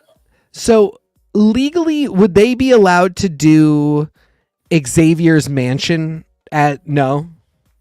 Nothing that belongs to the X-Men property. Okay. That's so it's not X-Men, not Spider-Man, not Avengers. Captain America, not Avengers. Not Avengers, not Iron Man, not Hulk. But then like Black Widow, go ahead. Scarlet Witch and Ant-Man. I'm into it. Guardians, sure. But that's at Disney World. That's any place that is more than 20 miles from a universe. Right, but Disneyland can do Spider-Man. Exactly. Yeah, Disneyland can do literally anything. Oh, Disneyland can do X-Men too. Yeah. But, okay. The problem is when you're thinking about a dual identity location, right? Disney World and Disneyland both operate as the flagship park because nobody's ready to say that Disneyland, the land that Walt built. Listen, I sob the minute I walk into Disneyland. It's the most beautiful place in the world. But like, it is a wonderful long weekend park. But stop acting like geography changes something about how we feel feel like it's just California versus Florida. And if your first experience and your most magical experience is Disney World, you don't really care that Walt only ever stepped on that land and was never in the park as it was being built. Like, it just changes the experience. And so part of the problem is this sort of, oh my God, isn't it important that we stay white people who care about the show Succession sort of mentality that stops people from being able to cling on to the idea that the Walt Disney World Resort is as important as the Disneyland Resort. It was 1984 when the Walt Disney World Resort started having more occupancy than the Disneyland Resort. And then from there, it grew exponentially. Now, don't get me wrong. They're the top two usually. I mean, number three, Disneyland moves to number 3 if you incorporate worldwide theme parks, because then Tokyo Disney overtakes it. But, you know, part of the problem is because Disneyland is treated as the Walt and Disney World is treated as the Roy, you see a real situation where they're just not ready to give the X-Men to Disneyland because people look to Walt Disney World as the vacation capital of the world. Then why did they give Disneyland Spider-Man? Because they had to do something to help Disneyland out in a really dark period. They had to do something in the country that the company is located in. Yeah, Disneyland couldn't have everything, but they could have Spider-Man. And they have an Avengers campus too, right? Yeah, that's what we're looking at the incredible photos. Yeah. Okay, that's what it's a Spider-Man ride. It is a similar Guardian. It is not the same, but it is a very similar Guardians of the Galaxy ride. But at what cost? They have shows and stuff as well. There is Doctor Strange does a magic show that has like effects, and there's a restaurant that is themed to Ant-Man, where they have funny proportion sizes because it's Pym. So but it is the best value on it, like literally dollar for dollar. It's the best value. You get shrunk down before going into the restaurant, and then you're surrounded by giant stuff. And I mean, just serve Dippin' Dots, the ice cream of the future, you idiots. I think they do. Of course they do. Yeah. Do it. Well, of course you do it, morons. So obvious. I'm tired of you now. We love you. Next slide, please. Anyway, I think the future of theme parks in the United States for Disney and Universal is going to be very different in about 4 years. Part of what we're looking at is the resolution of a lot of earlier contracts. And also, I can't stop saying it, but Disney is handling this whole Steamboat Willie thing pretty horribly. And they are reacting like giant babies who have never not gotten their way before. And I think it's not cute. But part of why I am so excited to see what they do in the future is now that John Oliver has been like, guys, I put Steamboat Willie on the show. Steamboat Wimmy. You going to get mad at me? I'm John Oliver. I got Emmys. You going to get mad at me? I'm basically Larry King, but funny. I think they're going to start to realize the nature of the analogy is no longer Disney is protecting something that is sacred to people's childhoods, and it's going to start becoming Disney, the money-grubbing creative Verizon. And I'm really hoping that this is a transformational moment for them. And if something like The Simpsons is going to be up for grab, this is a great opportunity for the house that Jay Rusulo nearly destroyed to reclaim a little bit of that Eisner in the height of the cocaine madness energy, reclaim a little bit of that, Iger being happy to come to work energy. And that's what I'm hoping for. I have no hopes. I am easy to please. I think a Nintendo park would be really fun. He was never happy to come to work. He was only ever happy to consume the souls of newborn children. Oh, yeah, that's true. Oh, no, wait. I was thinking Eisner, not Iger. Iger just, I don't know, different stuff. Eisner was just so big. He was just such a big man. I think that's why everybody listened to him. He was like 6'3" and shaped like Frankenstein. Can't believe they got away with making Lord Farquaad look like him. Oh, no, but short. Yeah, but short. Yeah. To answer Tasty Cake, yes, Spider-Man at Disneyland and then Universal Orlando, because Universal Orlando did it first when they had the contract and Disney was not related to Marvel, and now Disney can't do anything with Marvel because they are so closely located to the attraction that already exists in Orlando, Florida. until Universal says, okay, you can have it back. Who knows? Speaking of things that Disney is getting very proprietary of very quickly, I wonder if Disney was like, did you guys see this Pal World shit? Get a whole new fleet of lawyers ready. Nothing Disney with guns. We're looking at you, Al Jazeera. So, Disney is super protective of Lorcana, and they are so excited about this property. This has been the biggest Disney gaming success, I would say, since Kingdom Hearts. This is something this company needed so bad, and they're getting it in incredible dividends. Lorcana is the biggest Smash card game I can think of since Hearthstone. And Hearthstone was never physical. Didn't it have those, like, you could buy them thingies, though? Not that were part of the game. Oh, interesting. Okay, I didn't realize that was a tie-in. My only thing with Lorcana is they still haven't figured out how to deal with scalpers and resellers. I still haven't gotten and market. Oh, it's terrible. I still haven't gotten a Floodborne set. I haven't even looked because I don't want to stress about it. And as soon as I saw this one, that was my first question. But I am really excited. I'm really glad they're chugging along with it. I've only gotten to play one physical game. I would really like to play some more. And yeah. I just want to say, Tasty Cake, you're a hero. Getting anybody a booster pack box, incredible. That's so sweet, Tasty Cake. Unbelievable. I think this is the game I am most excited about from Disney in an incredibly long time. We compared it, like Kevo showed on our imagery, to some of the in-park games and some of the really cool video games. You know, what Lorcana has that none of those other games have is an access to an unbelievable number of characters, because as long as they make it onto the card, they're in play. You know, as much as I thought that Illusion Island, my bad, was an incredible game, it had 4 characters. It had 4 characters and, you know, basically the Disney version of Cheap Cheeps. It was just not the same thing as getting to battle Mad Madam Mim, which is something that I get from Lorcana as an experience, and I kind of got from Sorcerers of the Magic Kingdom, but I couldn't get it outside of Florida, so...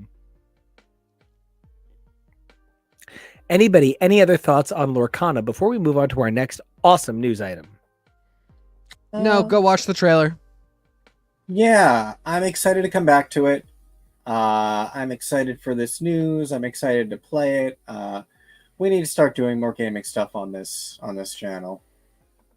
Especially I'm always down. Yeah, it makes us so happy. It's just one of those things where you're like, I think personally, one of the things that has made the idea of socialized gaming a little bit more tricky is that gaming is often something that's personal to the player. Your experiential observations are different than somebody's external observations. And so the things that bring you joy by playing a game with your friends aren't the same things as bring you joy watching your friends play games. And so sometimes I think we get that sort of inside-outside reflective point. I think that one of the things that Lorcana provides is a game where you're so excited about the cards, you're so excited about the random characters, it kind of doesn't matter. You're just having such a good time. So I definitely think this is a really great one to play on the channel. It's also, it's got that thing that Magic has where the art, it has actually kind of even a grander thing than Magic has, because Magic, the art is beautiful and it's really actually cool sometimes to look at the cards and to just enjoy the aesthetics. But Lorcana specifically has the Disney styling of characters and getting to, I mean, just like, for some characters you get like this iconic version of them being drawn, like them by a fantastic artist.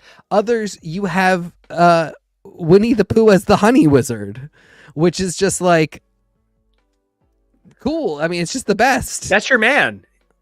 It's him right here. Right? Oh yeah. My God, my favorite Disney princess. But, you know, I actually do want to... Kevo, would you go back to that Aladdin for a moment? Wait, first, Maffy. I want to take... And now I'll go back. I want to take you guys back a little bit in time. I was a wee young faggot who had not yet understood what being gay was. And my parents knew that I loved musicals and they knew that I loved animated films. And they got me this, and I've talked about it a lot on the show, but they got me this Aladdin Barbie. And as much as I was like amazed by getting to be Aladdin, I'm a magic boy. And I was just talking about this with TK earlier today. Kevo, Jonah, and I watched the 1998 filmed theatrical Cats performance, which, you know, we're going to watch the movie and figure out how we're going to survive that. But one of the things about this 1998 performance is that it reminded me that like so much of my identity as like, no, I'm the sidekick that can become a superhero.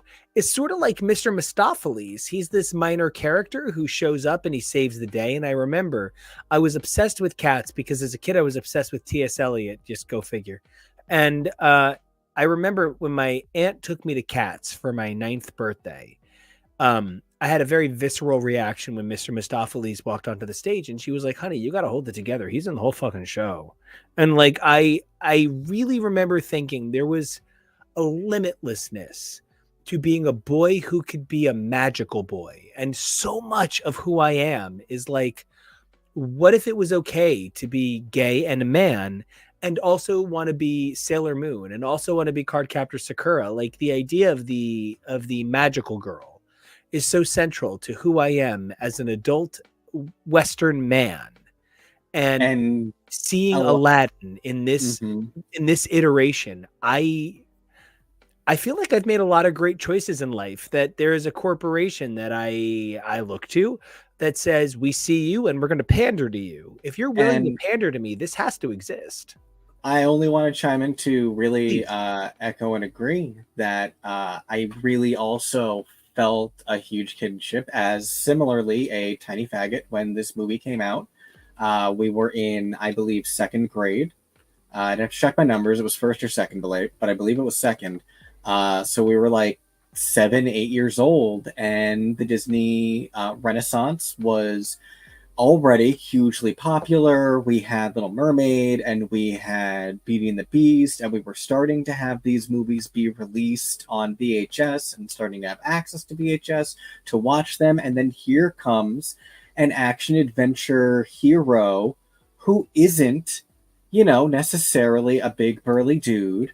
He isn't necessarily sort of the foppish Philip or Prince from Cinderella. He's an action adventure dude, but he's a magical boy. And that really was something that struck hard with me and was hugely part of what drew me into my love for Disney and their storytelling and the different stories that you can draw from them. And it's why something like Lorcana being something where you can cross over a lot of different stories and bring your Aladdin to face Maleficent and Cruella with Stitch is really cool.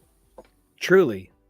TK, I think one of the things that is so important to me about you is like, when I think about my role in the world, right? Like I always think that like people look back on 90210 and they think about how Jason Priestley was this like hot big guy, and he was the first man I ever noticed who had really hairy hands, and how that made him a man to me, right?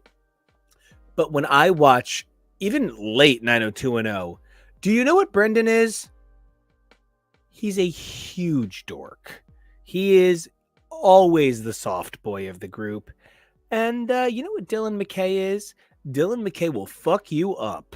And even when they make him sort of soft because they need him to be a socially acceptable marrying type, they still keep him kind of edged. And like, I feel like something that I think about is in 1993 when I was, I was a 7-year-old with a lot of cool ideas. You were like an 8-year-old that was like, yeah, let's go find heroin and punch hookers. And so like, what? You probably felt very differently about Aladdin and the Disney Renaissance than we did, is the point I think he's driving to. I actually was very into them. When you zig.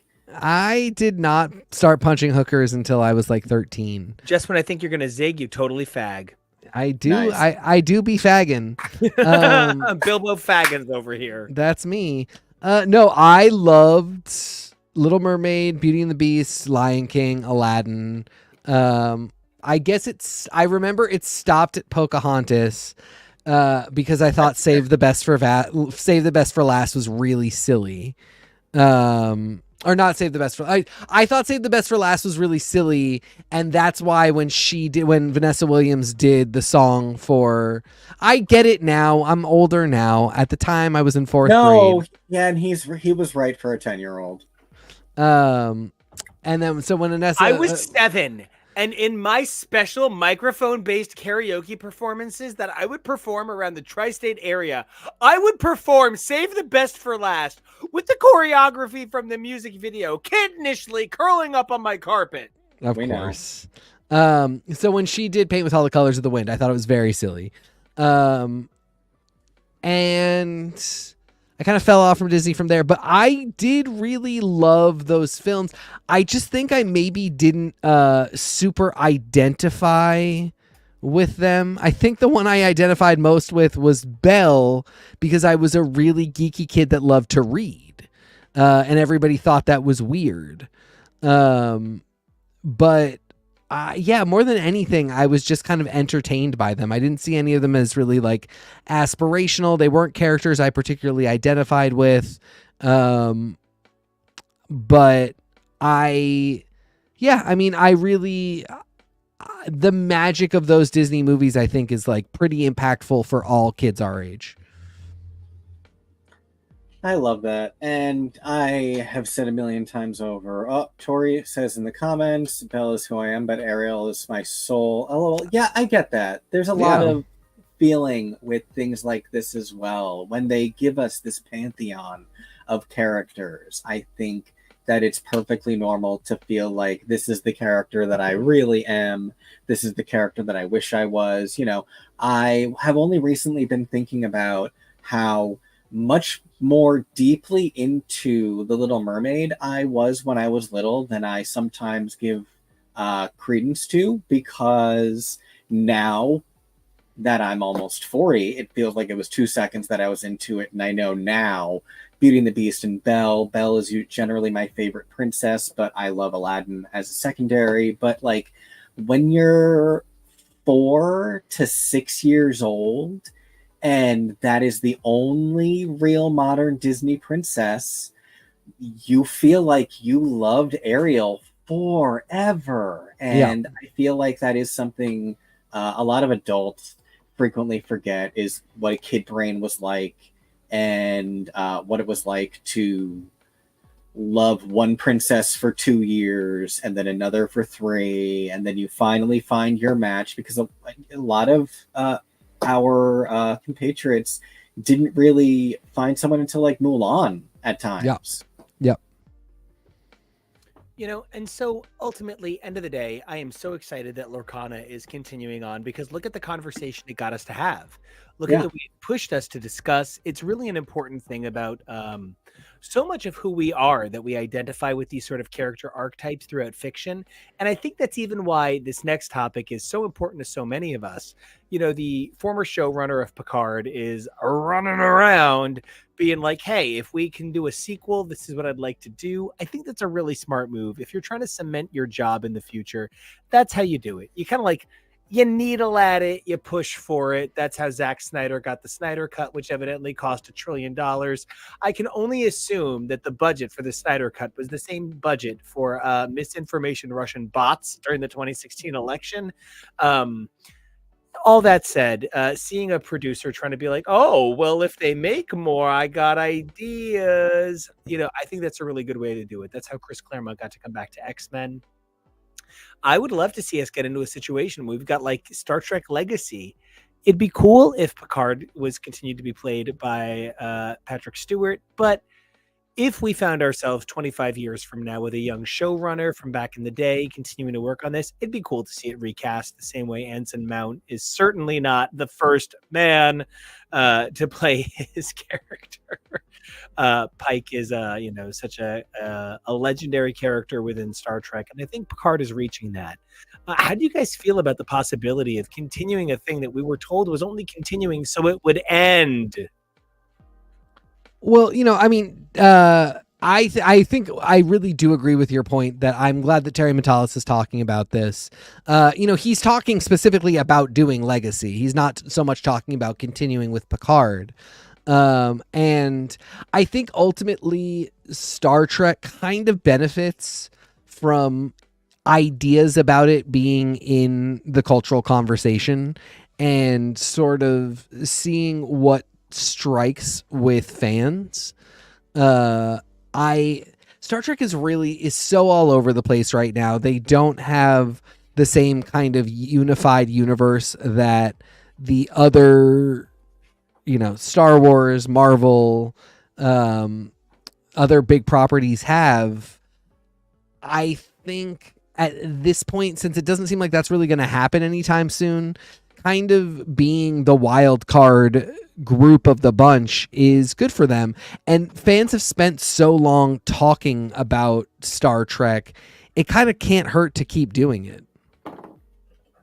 Well, and I even think that's kind of what we were talking about before with the nature of Star Trek. I was trying to say that I think that part of how Star Trek has evolved is by being so many things to so many people. The nature of Legacy, the nature of Picard, I think it's such a blank slate, even though we all have our expectations.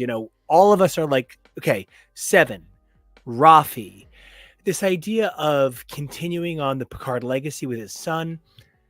I'm in a place where I maybe wonder if we have too many questions still left open in the Star Trek universe to really go forward with something new. So maybe Legacy is the right move. I think so.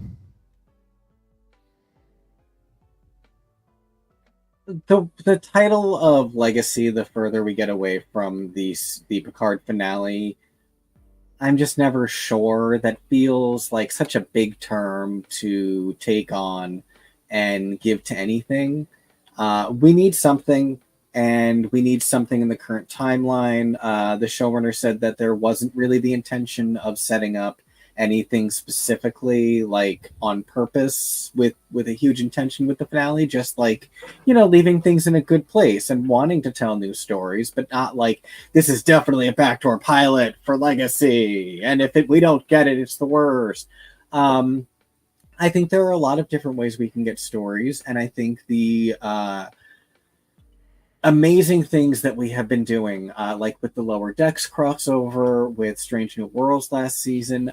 I am the most desperate to get more live action Mariner in real stuff. And I don't know how that would ultimately interact with Lower Decks. I think that Lower Decks being a cartoon show, there was probably never an intention that Mariner was going to die at the end of it. So it can just be a young Sheldon situation where it's reverse young Sheldon. We know that Sheldon isn't going to die in young Sheldon either. The New Adventures of Old Young Sheldon? Kind of. The New Adventures of Old Young Mariner is something that we could do and still be able to do Lower Decks for 10 full seasons. Why not? But we have so many awesome things. You and I finally finished Enterprise. And we didn't bring that up until this long into the conversation for a reason. I just want to say that if you watch Enterprise... And I'm coming back to it, so you can finish this, but then I have a point that I brought it up. Continue. If you watch Enterprise, it is not a show for the show. It is a show for the characters, which is why I was drunk and high and fell asleep during the finale, and we had to go back and rewatch it a couple of days later. But,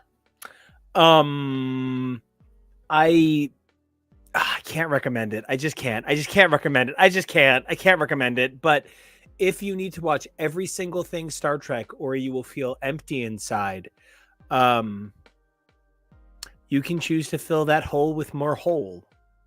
I think there's a lot of merit to be found in Enterprise. I think we got a ton of enjoyment out of it. I think we only got a ton of enjoyment out of it. I was watching it with you, so I thought it was great. Of course. But, I think we only got a ton of enjoyment out of it from 4 specific characters that we talk about a lot. I think we felt there were a lot of holes. I think we felt it was hugely flawed. I think I completely agree that I'm not rushing to rewatch it or recommending it to anyone hugely. But the nature of this being a franchise, and to take it all the way back to the early stuff with Marvel, with Doctor Who, with franchises being ongoing, you're going to get shows that aren't for everyone. Discovery I love, but isn't for everyone. But it's all the same sandbox. So you have to learn how to play along, and you have to learn how to be able to coexist and potentially interact. And something that I've been speculating about, that they've talked about the Enterprise and Archer a lot on Strange New Worlds. I wouldn't be surprised if we got a reverse Those Old Scientists and did end up getting Archer appearing on Strange New Worlds. I think that would be a lot of fun. It's not always perfect, but it is almost always well intentioned. And when it's not, well, it'll be over soon, and someone else will bring in something new. And just to your point of not everybody loves Discovery, the same people that don't love Discovery don't love Ricky Ian Gordon opera, and I just don't know how to handle that. So it leaves me a little bit. I don't think that's accurate. I don't think a lot of people who don't love Discovery know what Ricky Ian Gordon opera is. He is. No, I don't. Conversation. No, and you can't have it. You don't need to. That was not my point. My point was, I think that you are misguided in believing they have an opinion on this. I mean that one of the things that makes Discovery such a unique element in the Star Trek universe is that it is trying to do something a little bit cerebral based on its timeline. Ricky Ian Gordon operas are always so aware of the setting they're in as a painted landscape, and everybody is a character moving through it, almost like the painted drawings in Mary Poppins, right? Discovery is so about telling us what its time period means for what all of canon has led to. And by setting it in the furthest back and in the furthest forward, we're forced to confront the ideas of our own past and our own future as a result of being kind of obsessed with like Star Trek's white man legacy mortality issues. And I think that for people for whom modern opera is not a reflection of the mistakes we've made and the ways we need to reshape society, I think in that same breath, Discovery is a Star Trek for people who think that the show is too political when Gene Roddenberry was ready to throw down with your greatest politicos at the time. And I think that's the completely, admittedly, petty way I said it. But that's, I think, what I was trying to say. I got you. All right, next topic. X-Men 97 designs reveal. I think there's a reason they saved all the new looks from the Lego box. I think there's a reason Wolverine is in the same costume. I think X-Men 97 is showrun by a very hot man, but it is so overwhelmingly over-riddled with Disney people telling it what to think that it's tough. Yeah, I don't have a ton more to add than that. This is one that I'm sitting around waiting to see how things turn out. But this is a weird. I really wish this was not how we were starting with a Disney-owned X-Men property. I just really wish it wasn't. If we could have gotten one thing that was live action that gave us some idea about what they felt about the mutants. The Gifted. That's not a Disney property. It's Fox. The Gifted. That's not. That's not. I don't think we own Fox then. Yeah. No, we're not using that. Shit, I get what you're saying. They can no longer continuously sass the Fox Corporation for wasting a television opportunity to create the X-Men on TV with The Gifted. Well, I liked The Gifted, but setting that aside, I actually did. I really did enjoy it. Full ghost face. I know you're shocked. I did. I enjoyed it as much, if not more, than Legion.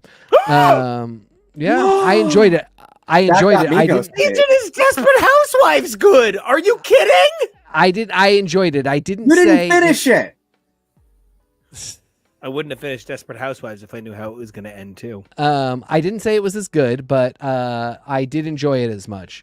Legion could be tedious at times. It was very self-involved. It insists upon itself, Lois. I do. I know what you mean. However, any moment that Jean Smart is on my television is a gift from God. Thank goodness for Lana. Completely agree. Melanie Bird is a fantastic character. I can't believe they did not bring into the comics. I wish they would have developed. I wish Disney would have developed a show with the mutants to give us some idea of where they were situated in the Marvel universe before doing this.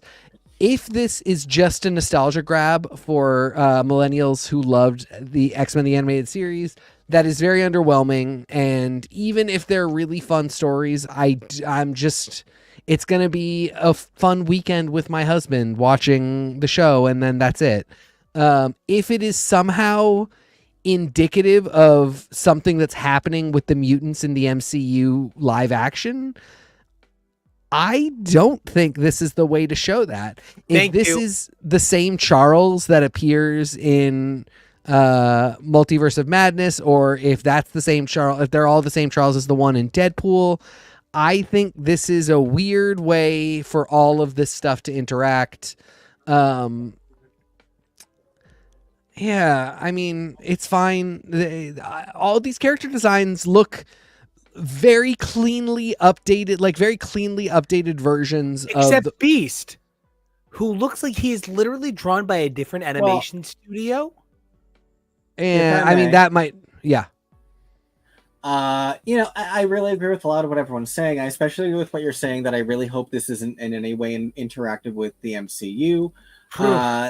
Our Capitan up there and show contributor Jonah Rubino, who will be on tomorrow, are going to be on a panel in a few weeks at the Star Trek Farpoint convention, where they'll be talking about X-Men, the animated series, by the way. So if you're going, check it out. That's going to be really awesome.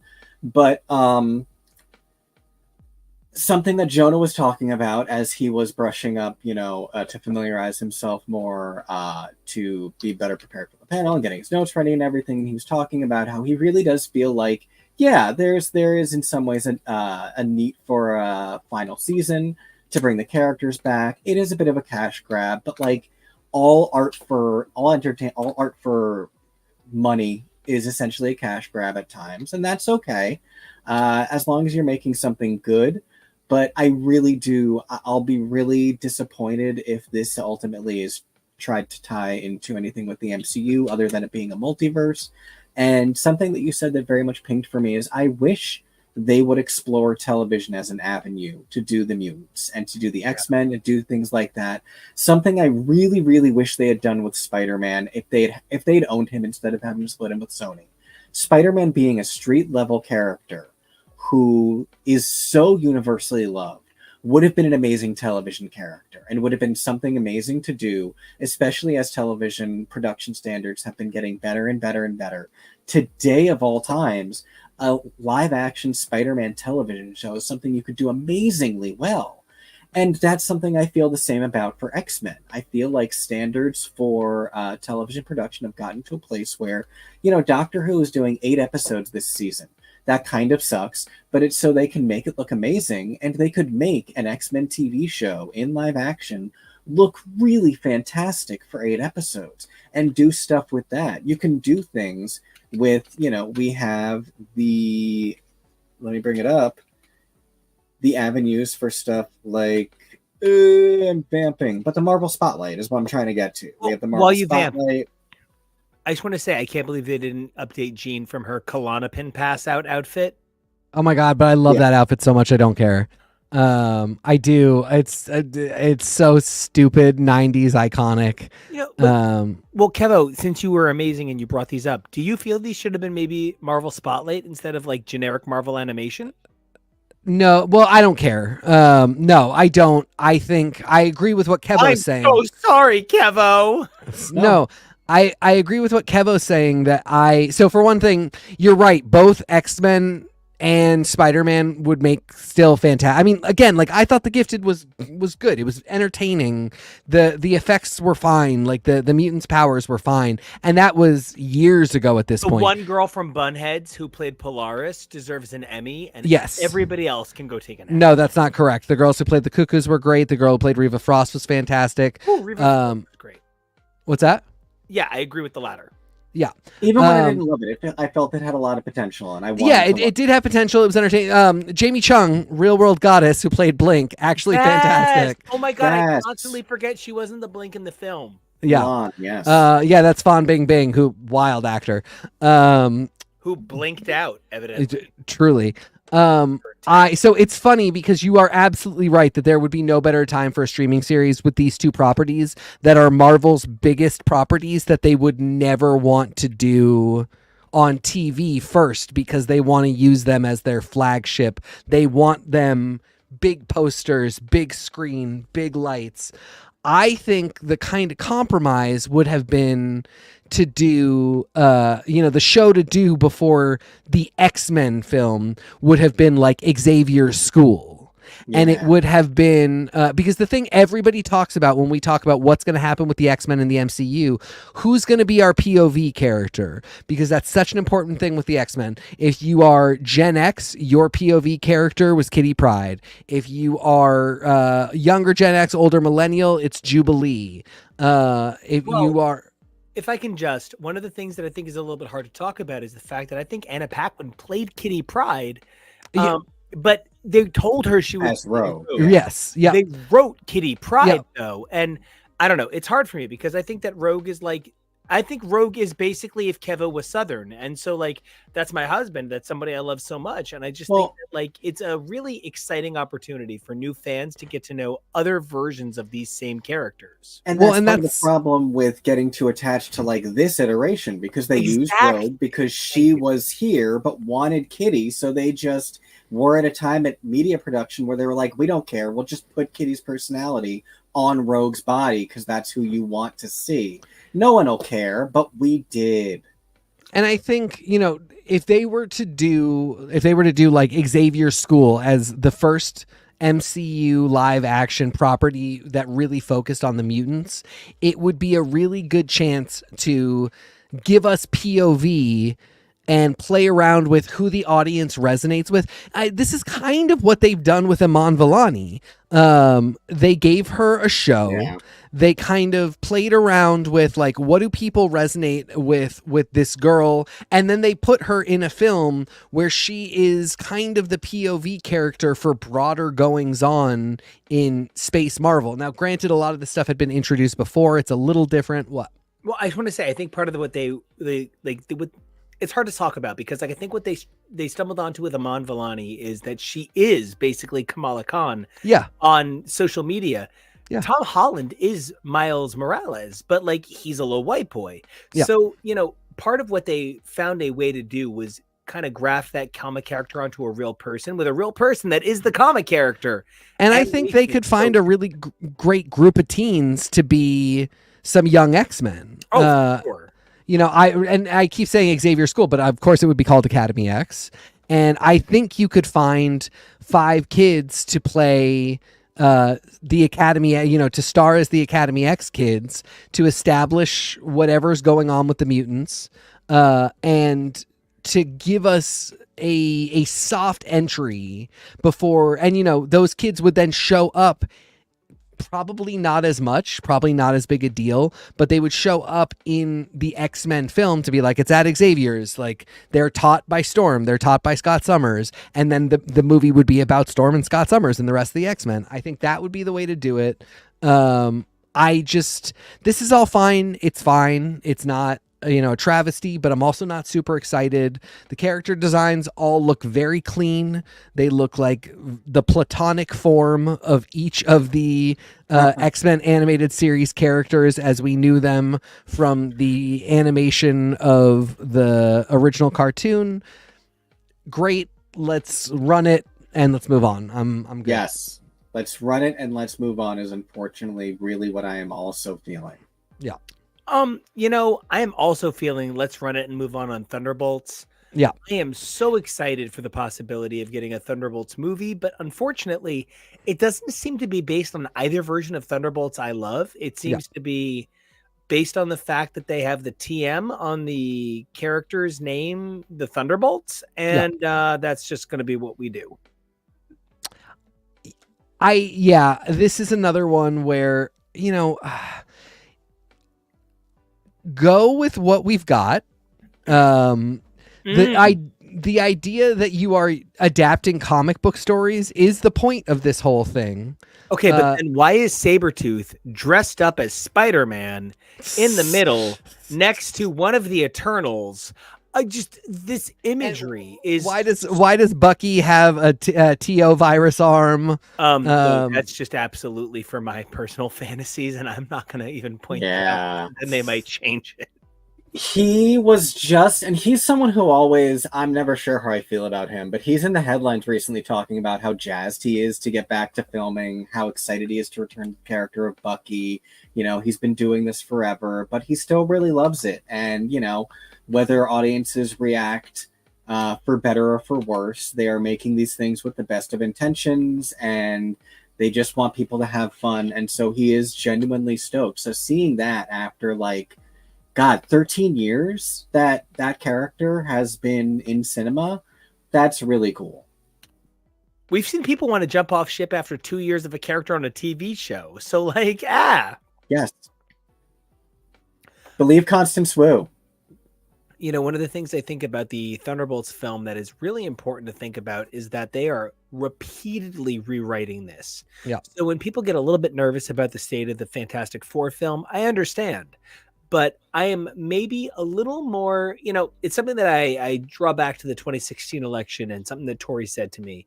You know, we were on different sides of the same political alignment. And one of the things she said is, I'll give your person this. I don't think it's flip-flopping to learn something and change your mind. I think it's really important to be able to update to what your constituency is looking for. You know, if the Fantastic Four film and the Thunderbolts film keep changing, it's because Marvel believes that the fandom wants something a little bit different.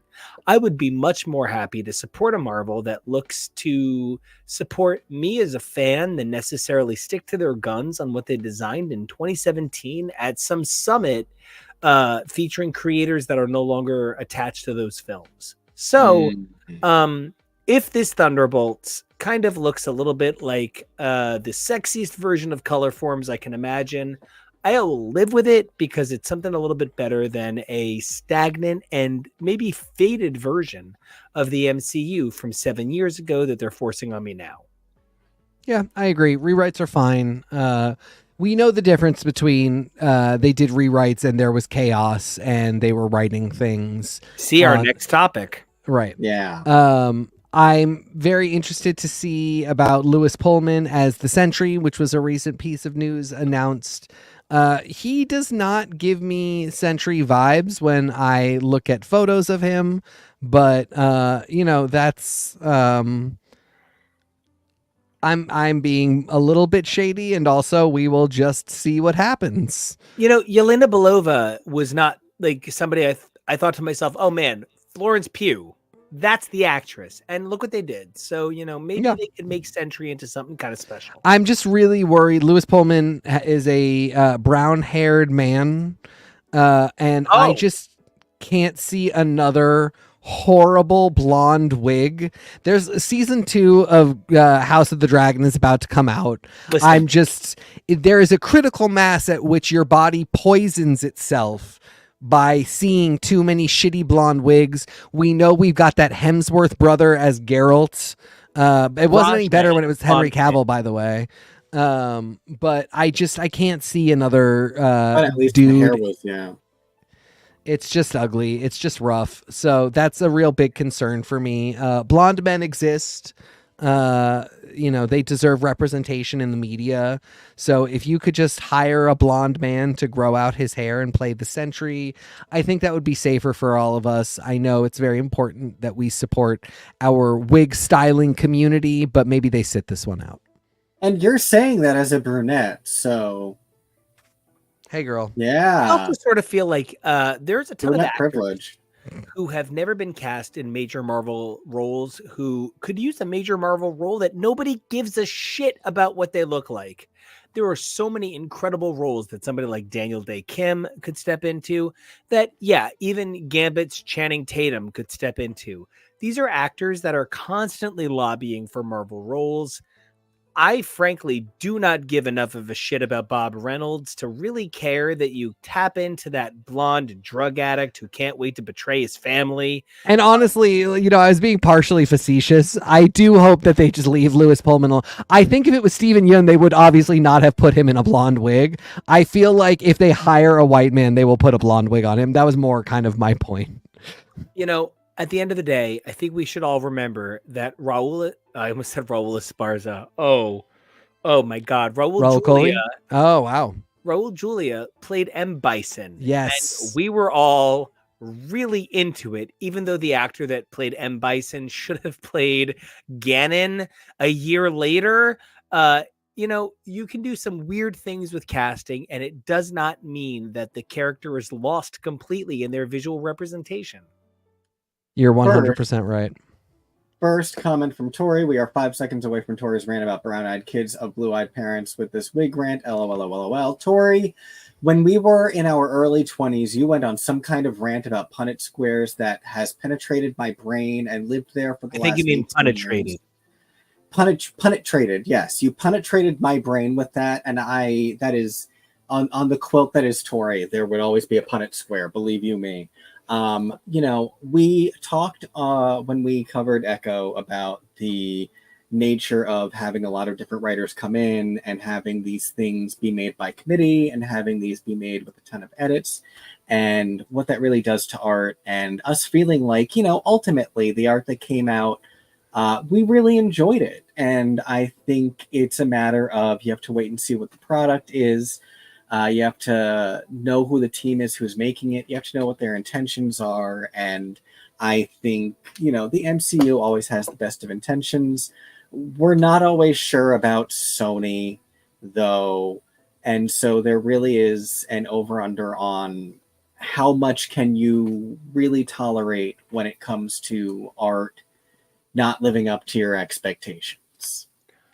Okay. This is actually living up to my wildest expectations. And that's no, you have one specific beef up there, Nico. So don't act like you are all sunshine and rainbows. No, we Nico and I have the same beef.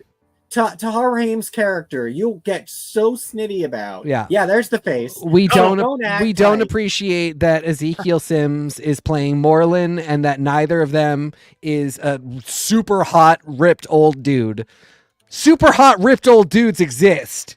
I am waiting for a 65-year-old man who makes me feel insecure about my body. Like, that is who should be playing Ezekiel. Yep.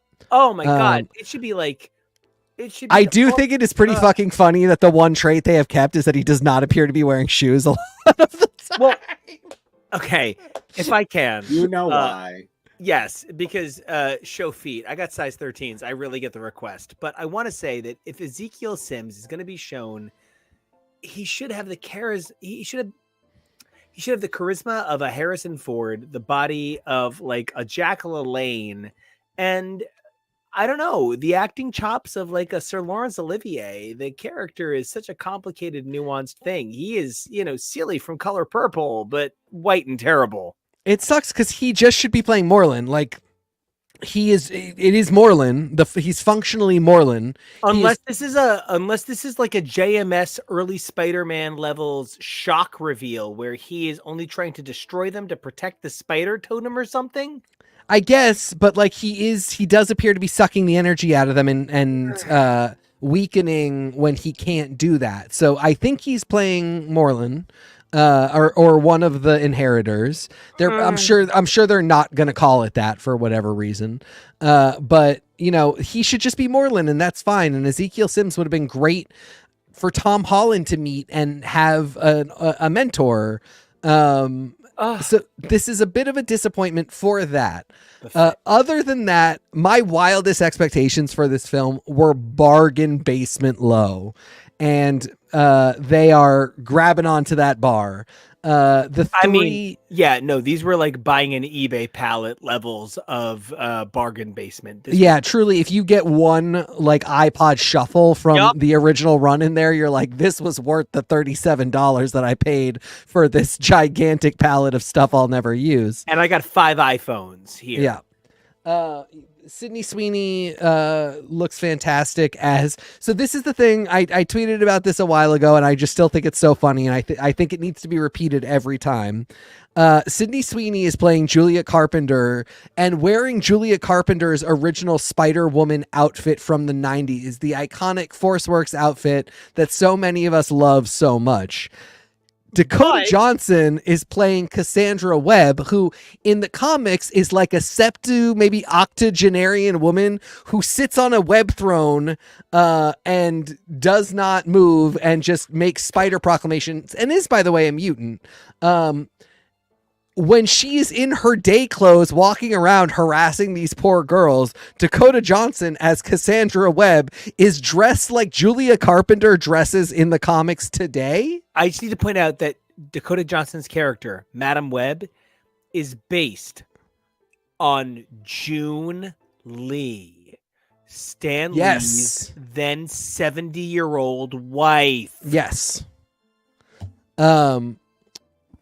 So she's in her street clothes in this film are what Julia Carpenter wears in modern day Marvel continuity, where she has kind of prophetic spider powers and goes around doing stuff.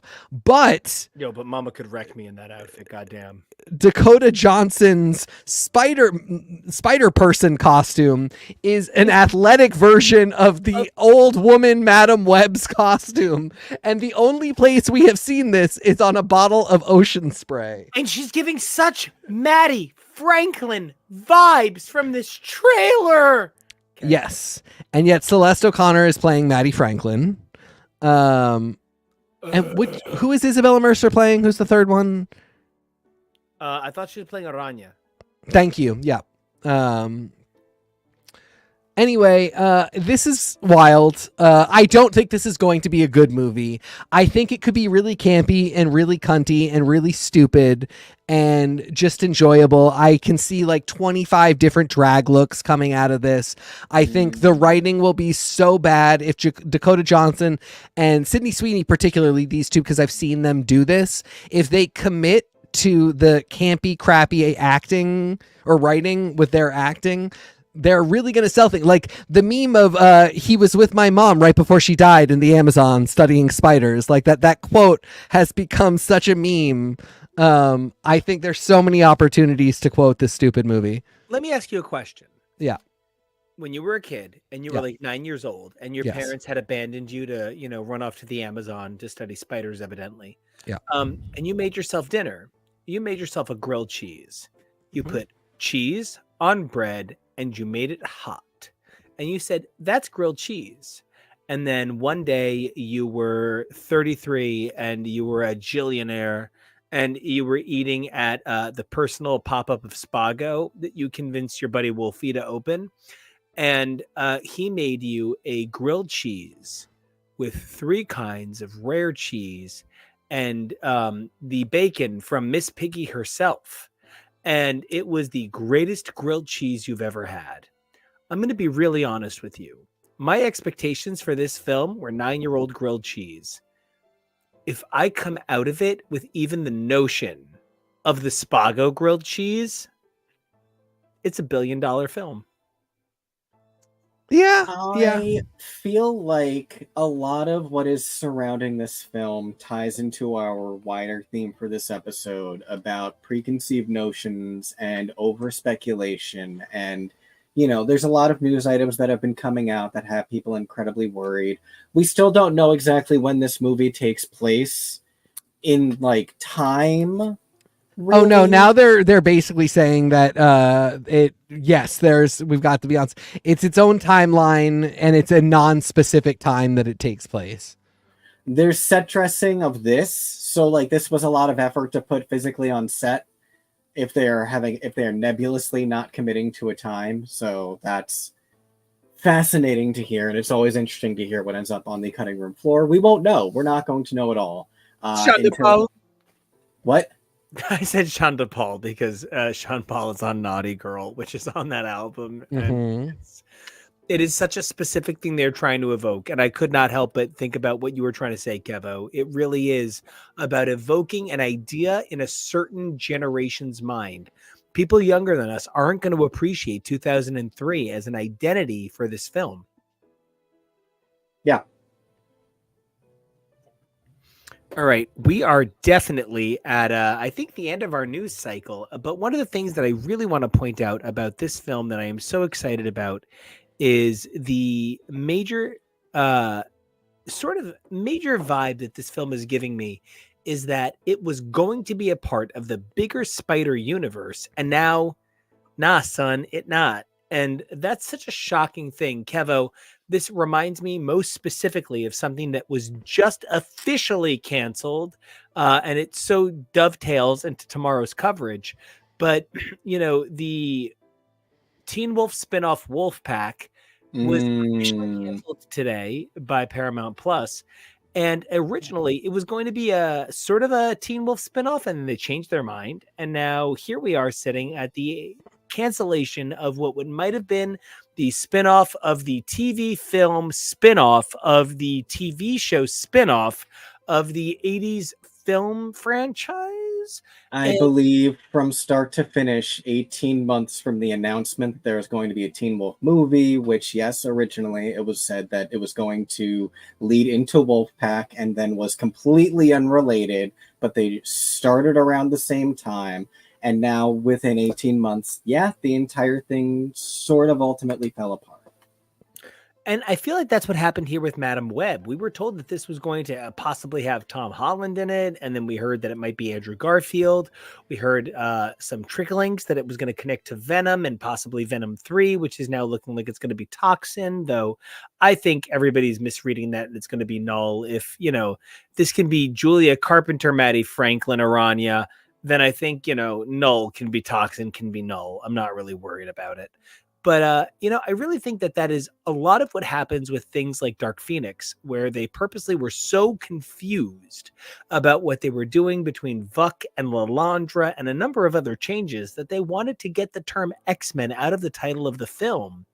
I do not see the name Spider-Man anywhere in this film title. Nope, it's all just vague visual references. And maybe sometimes that's enough. I don't know. I think they're smart to hedge their bets. This probably isn't going to work out well. They don't have it. They don't have a Spider-Verse. They don't have it together. It's weird because it shouldn't be this difficult. Making these amateur ass decisions like making Ezekiel Sims Moreland and not having it all together is dumb, but at least somebody knows that they don't have it. Kevin, How do you feel about Madam Web as we close out this era of Spider-Man in a lot of ways? I know we have Kraven coming next, but is there anything announced after Kraven? Oh my God, I completely forgot Kraven is coming out at the end of this summer because we keep not talking about it because we're so terrified of it in so many ways. And then, who knows? I keep seeing conflicting reports that there are and aren't plans for the fourth Spider-Man. Tom Holland keeps saying maybe if they come to me with a good story, which bullshit, but that's what a lot of the Star Wars people kept saying. And now Daisy Ridley is signed on to play Rey. So that's not necessarily just bullshit. It might just take a little while. And I feel like Billie Piper might have even had said stuff like that at the time where she was like, oh, no, I'm not coming back. But I mean, maybe someday. And, here we are looking at the tail end of a universe that is so much stronger for the return of Rose Tyler and the way she transformed sci-fi at large. Do I think that any of the characters in Madam Web are going to transform sci-fi at large? Probably not. But did I think that Kick-Ass would be looking down the barrel of a second trilogy of films that are meant to reboot the franchise? No. Speaking of Aaron Taylor Johnson, I have a million little pieces of reasons not to like not to like his Kraven, but not him per se, but his Kraven, I guess. I think Kraven looks like it is going to be a wild disaster. I think maybe Madam Web could be a striptease-esque sort of campy favorite. I think by steering yourself clear of the same people who think that Boondock Saints is a campy favorite, you're able to cement a little bit stronger of a legacy for Madam Web. The people who think that Morbius is a campy favorite are the same people who think that Shock Treatment is the underrated film in the Rocky Horror oeuvre. And I think that is a little bit where we're standing with a number of these projects. I personally think that Madam Web will thrive if it breaks free of the chains it's in. At the same time, I think X-Men 97, it doesn't look like it's trying to break free, so I worry about that. And Thunderbolts maybe should lean a little bit further in for its own sake. How do you guys feel about the nature of all of this reshoots, filming, all of this craziness we've been talking about since the beginning of this episode? I'm not worried. I'm letting it all happen to me, and I'll take it as it comes. That's TK saying that the world always goes exactly the way we want. You heard it here first, the most positive man on the internet.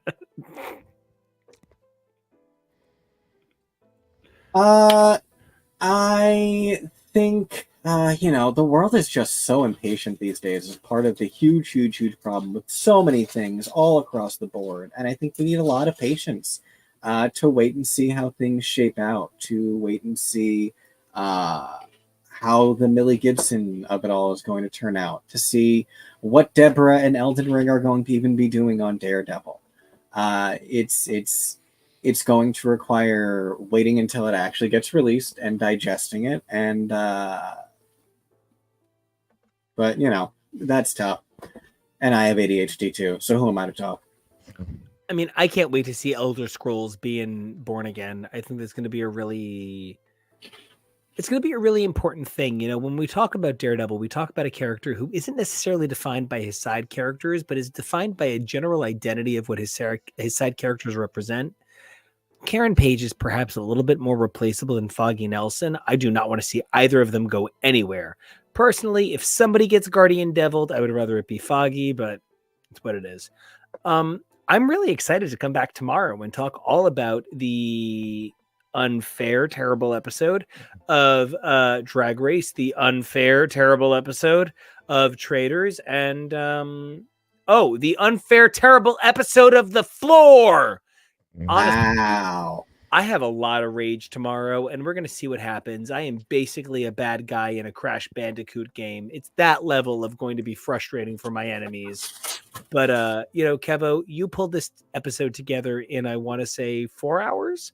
We all did. I was about to say, TK and I were like, how can we make an episode that works? And we were building together an episode, and we had so much news we wanted to discuss. There was no choice but to discuss it all. Kevo, what did you most enjoy talking about today? And where can everybody find your very handsome, vested self?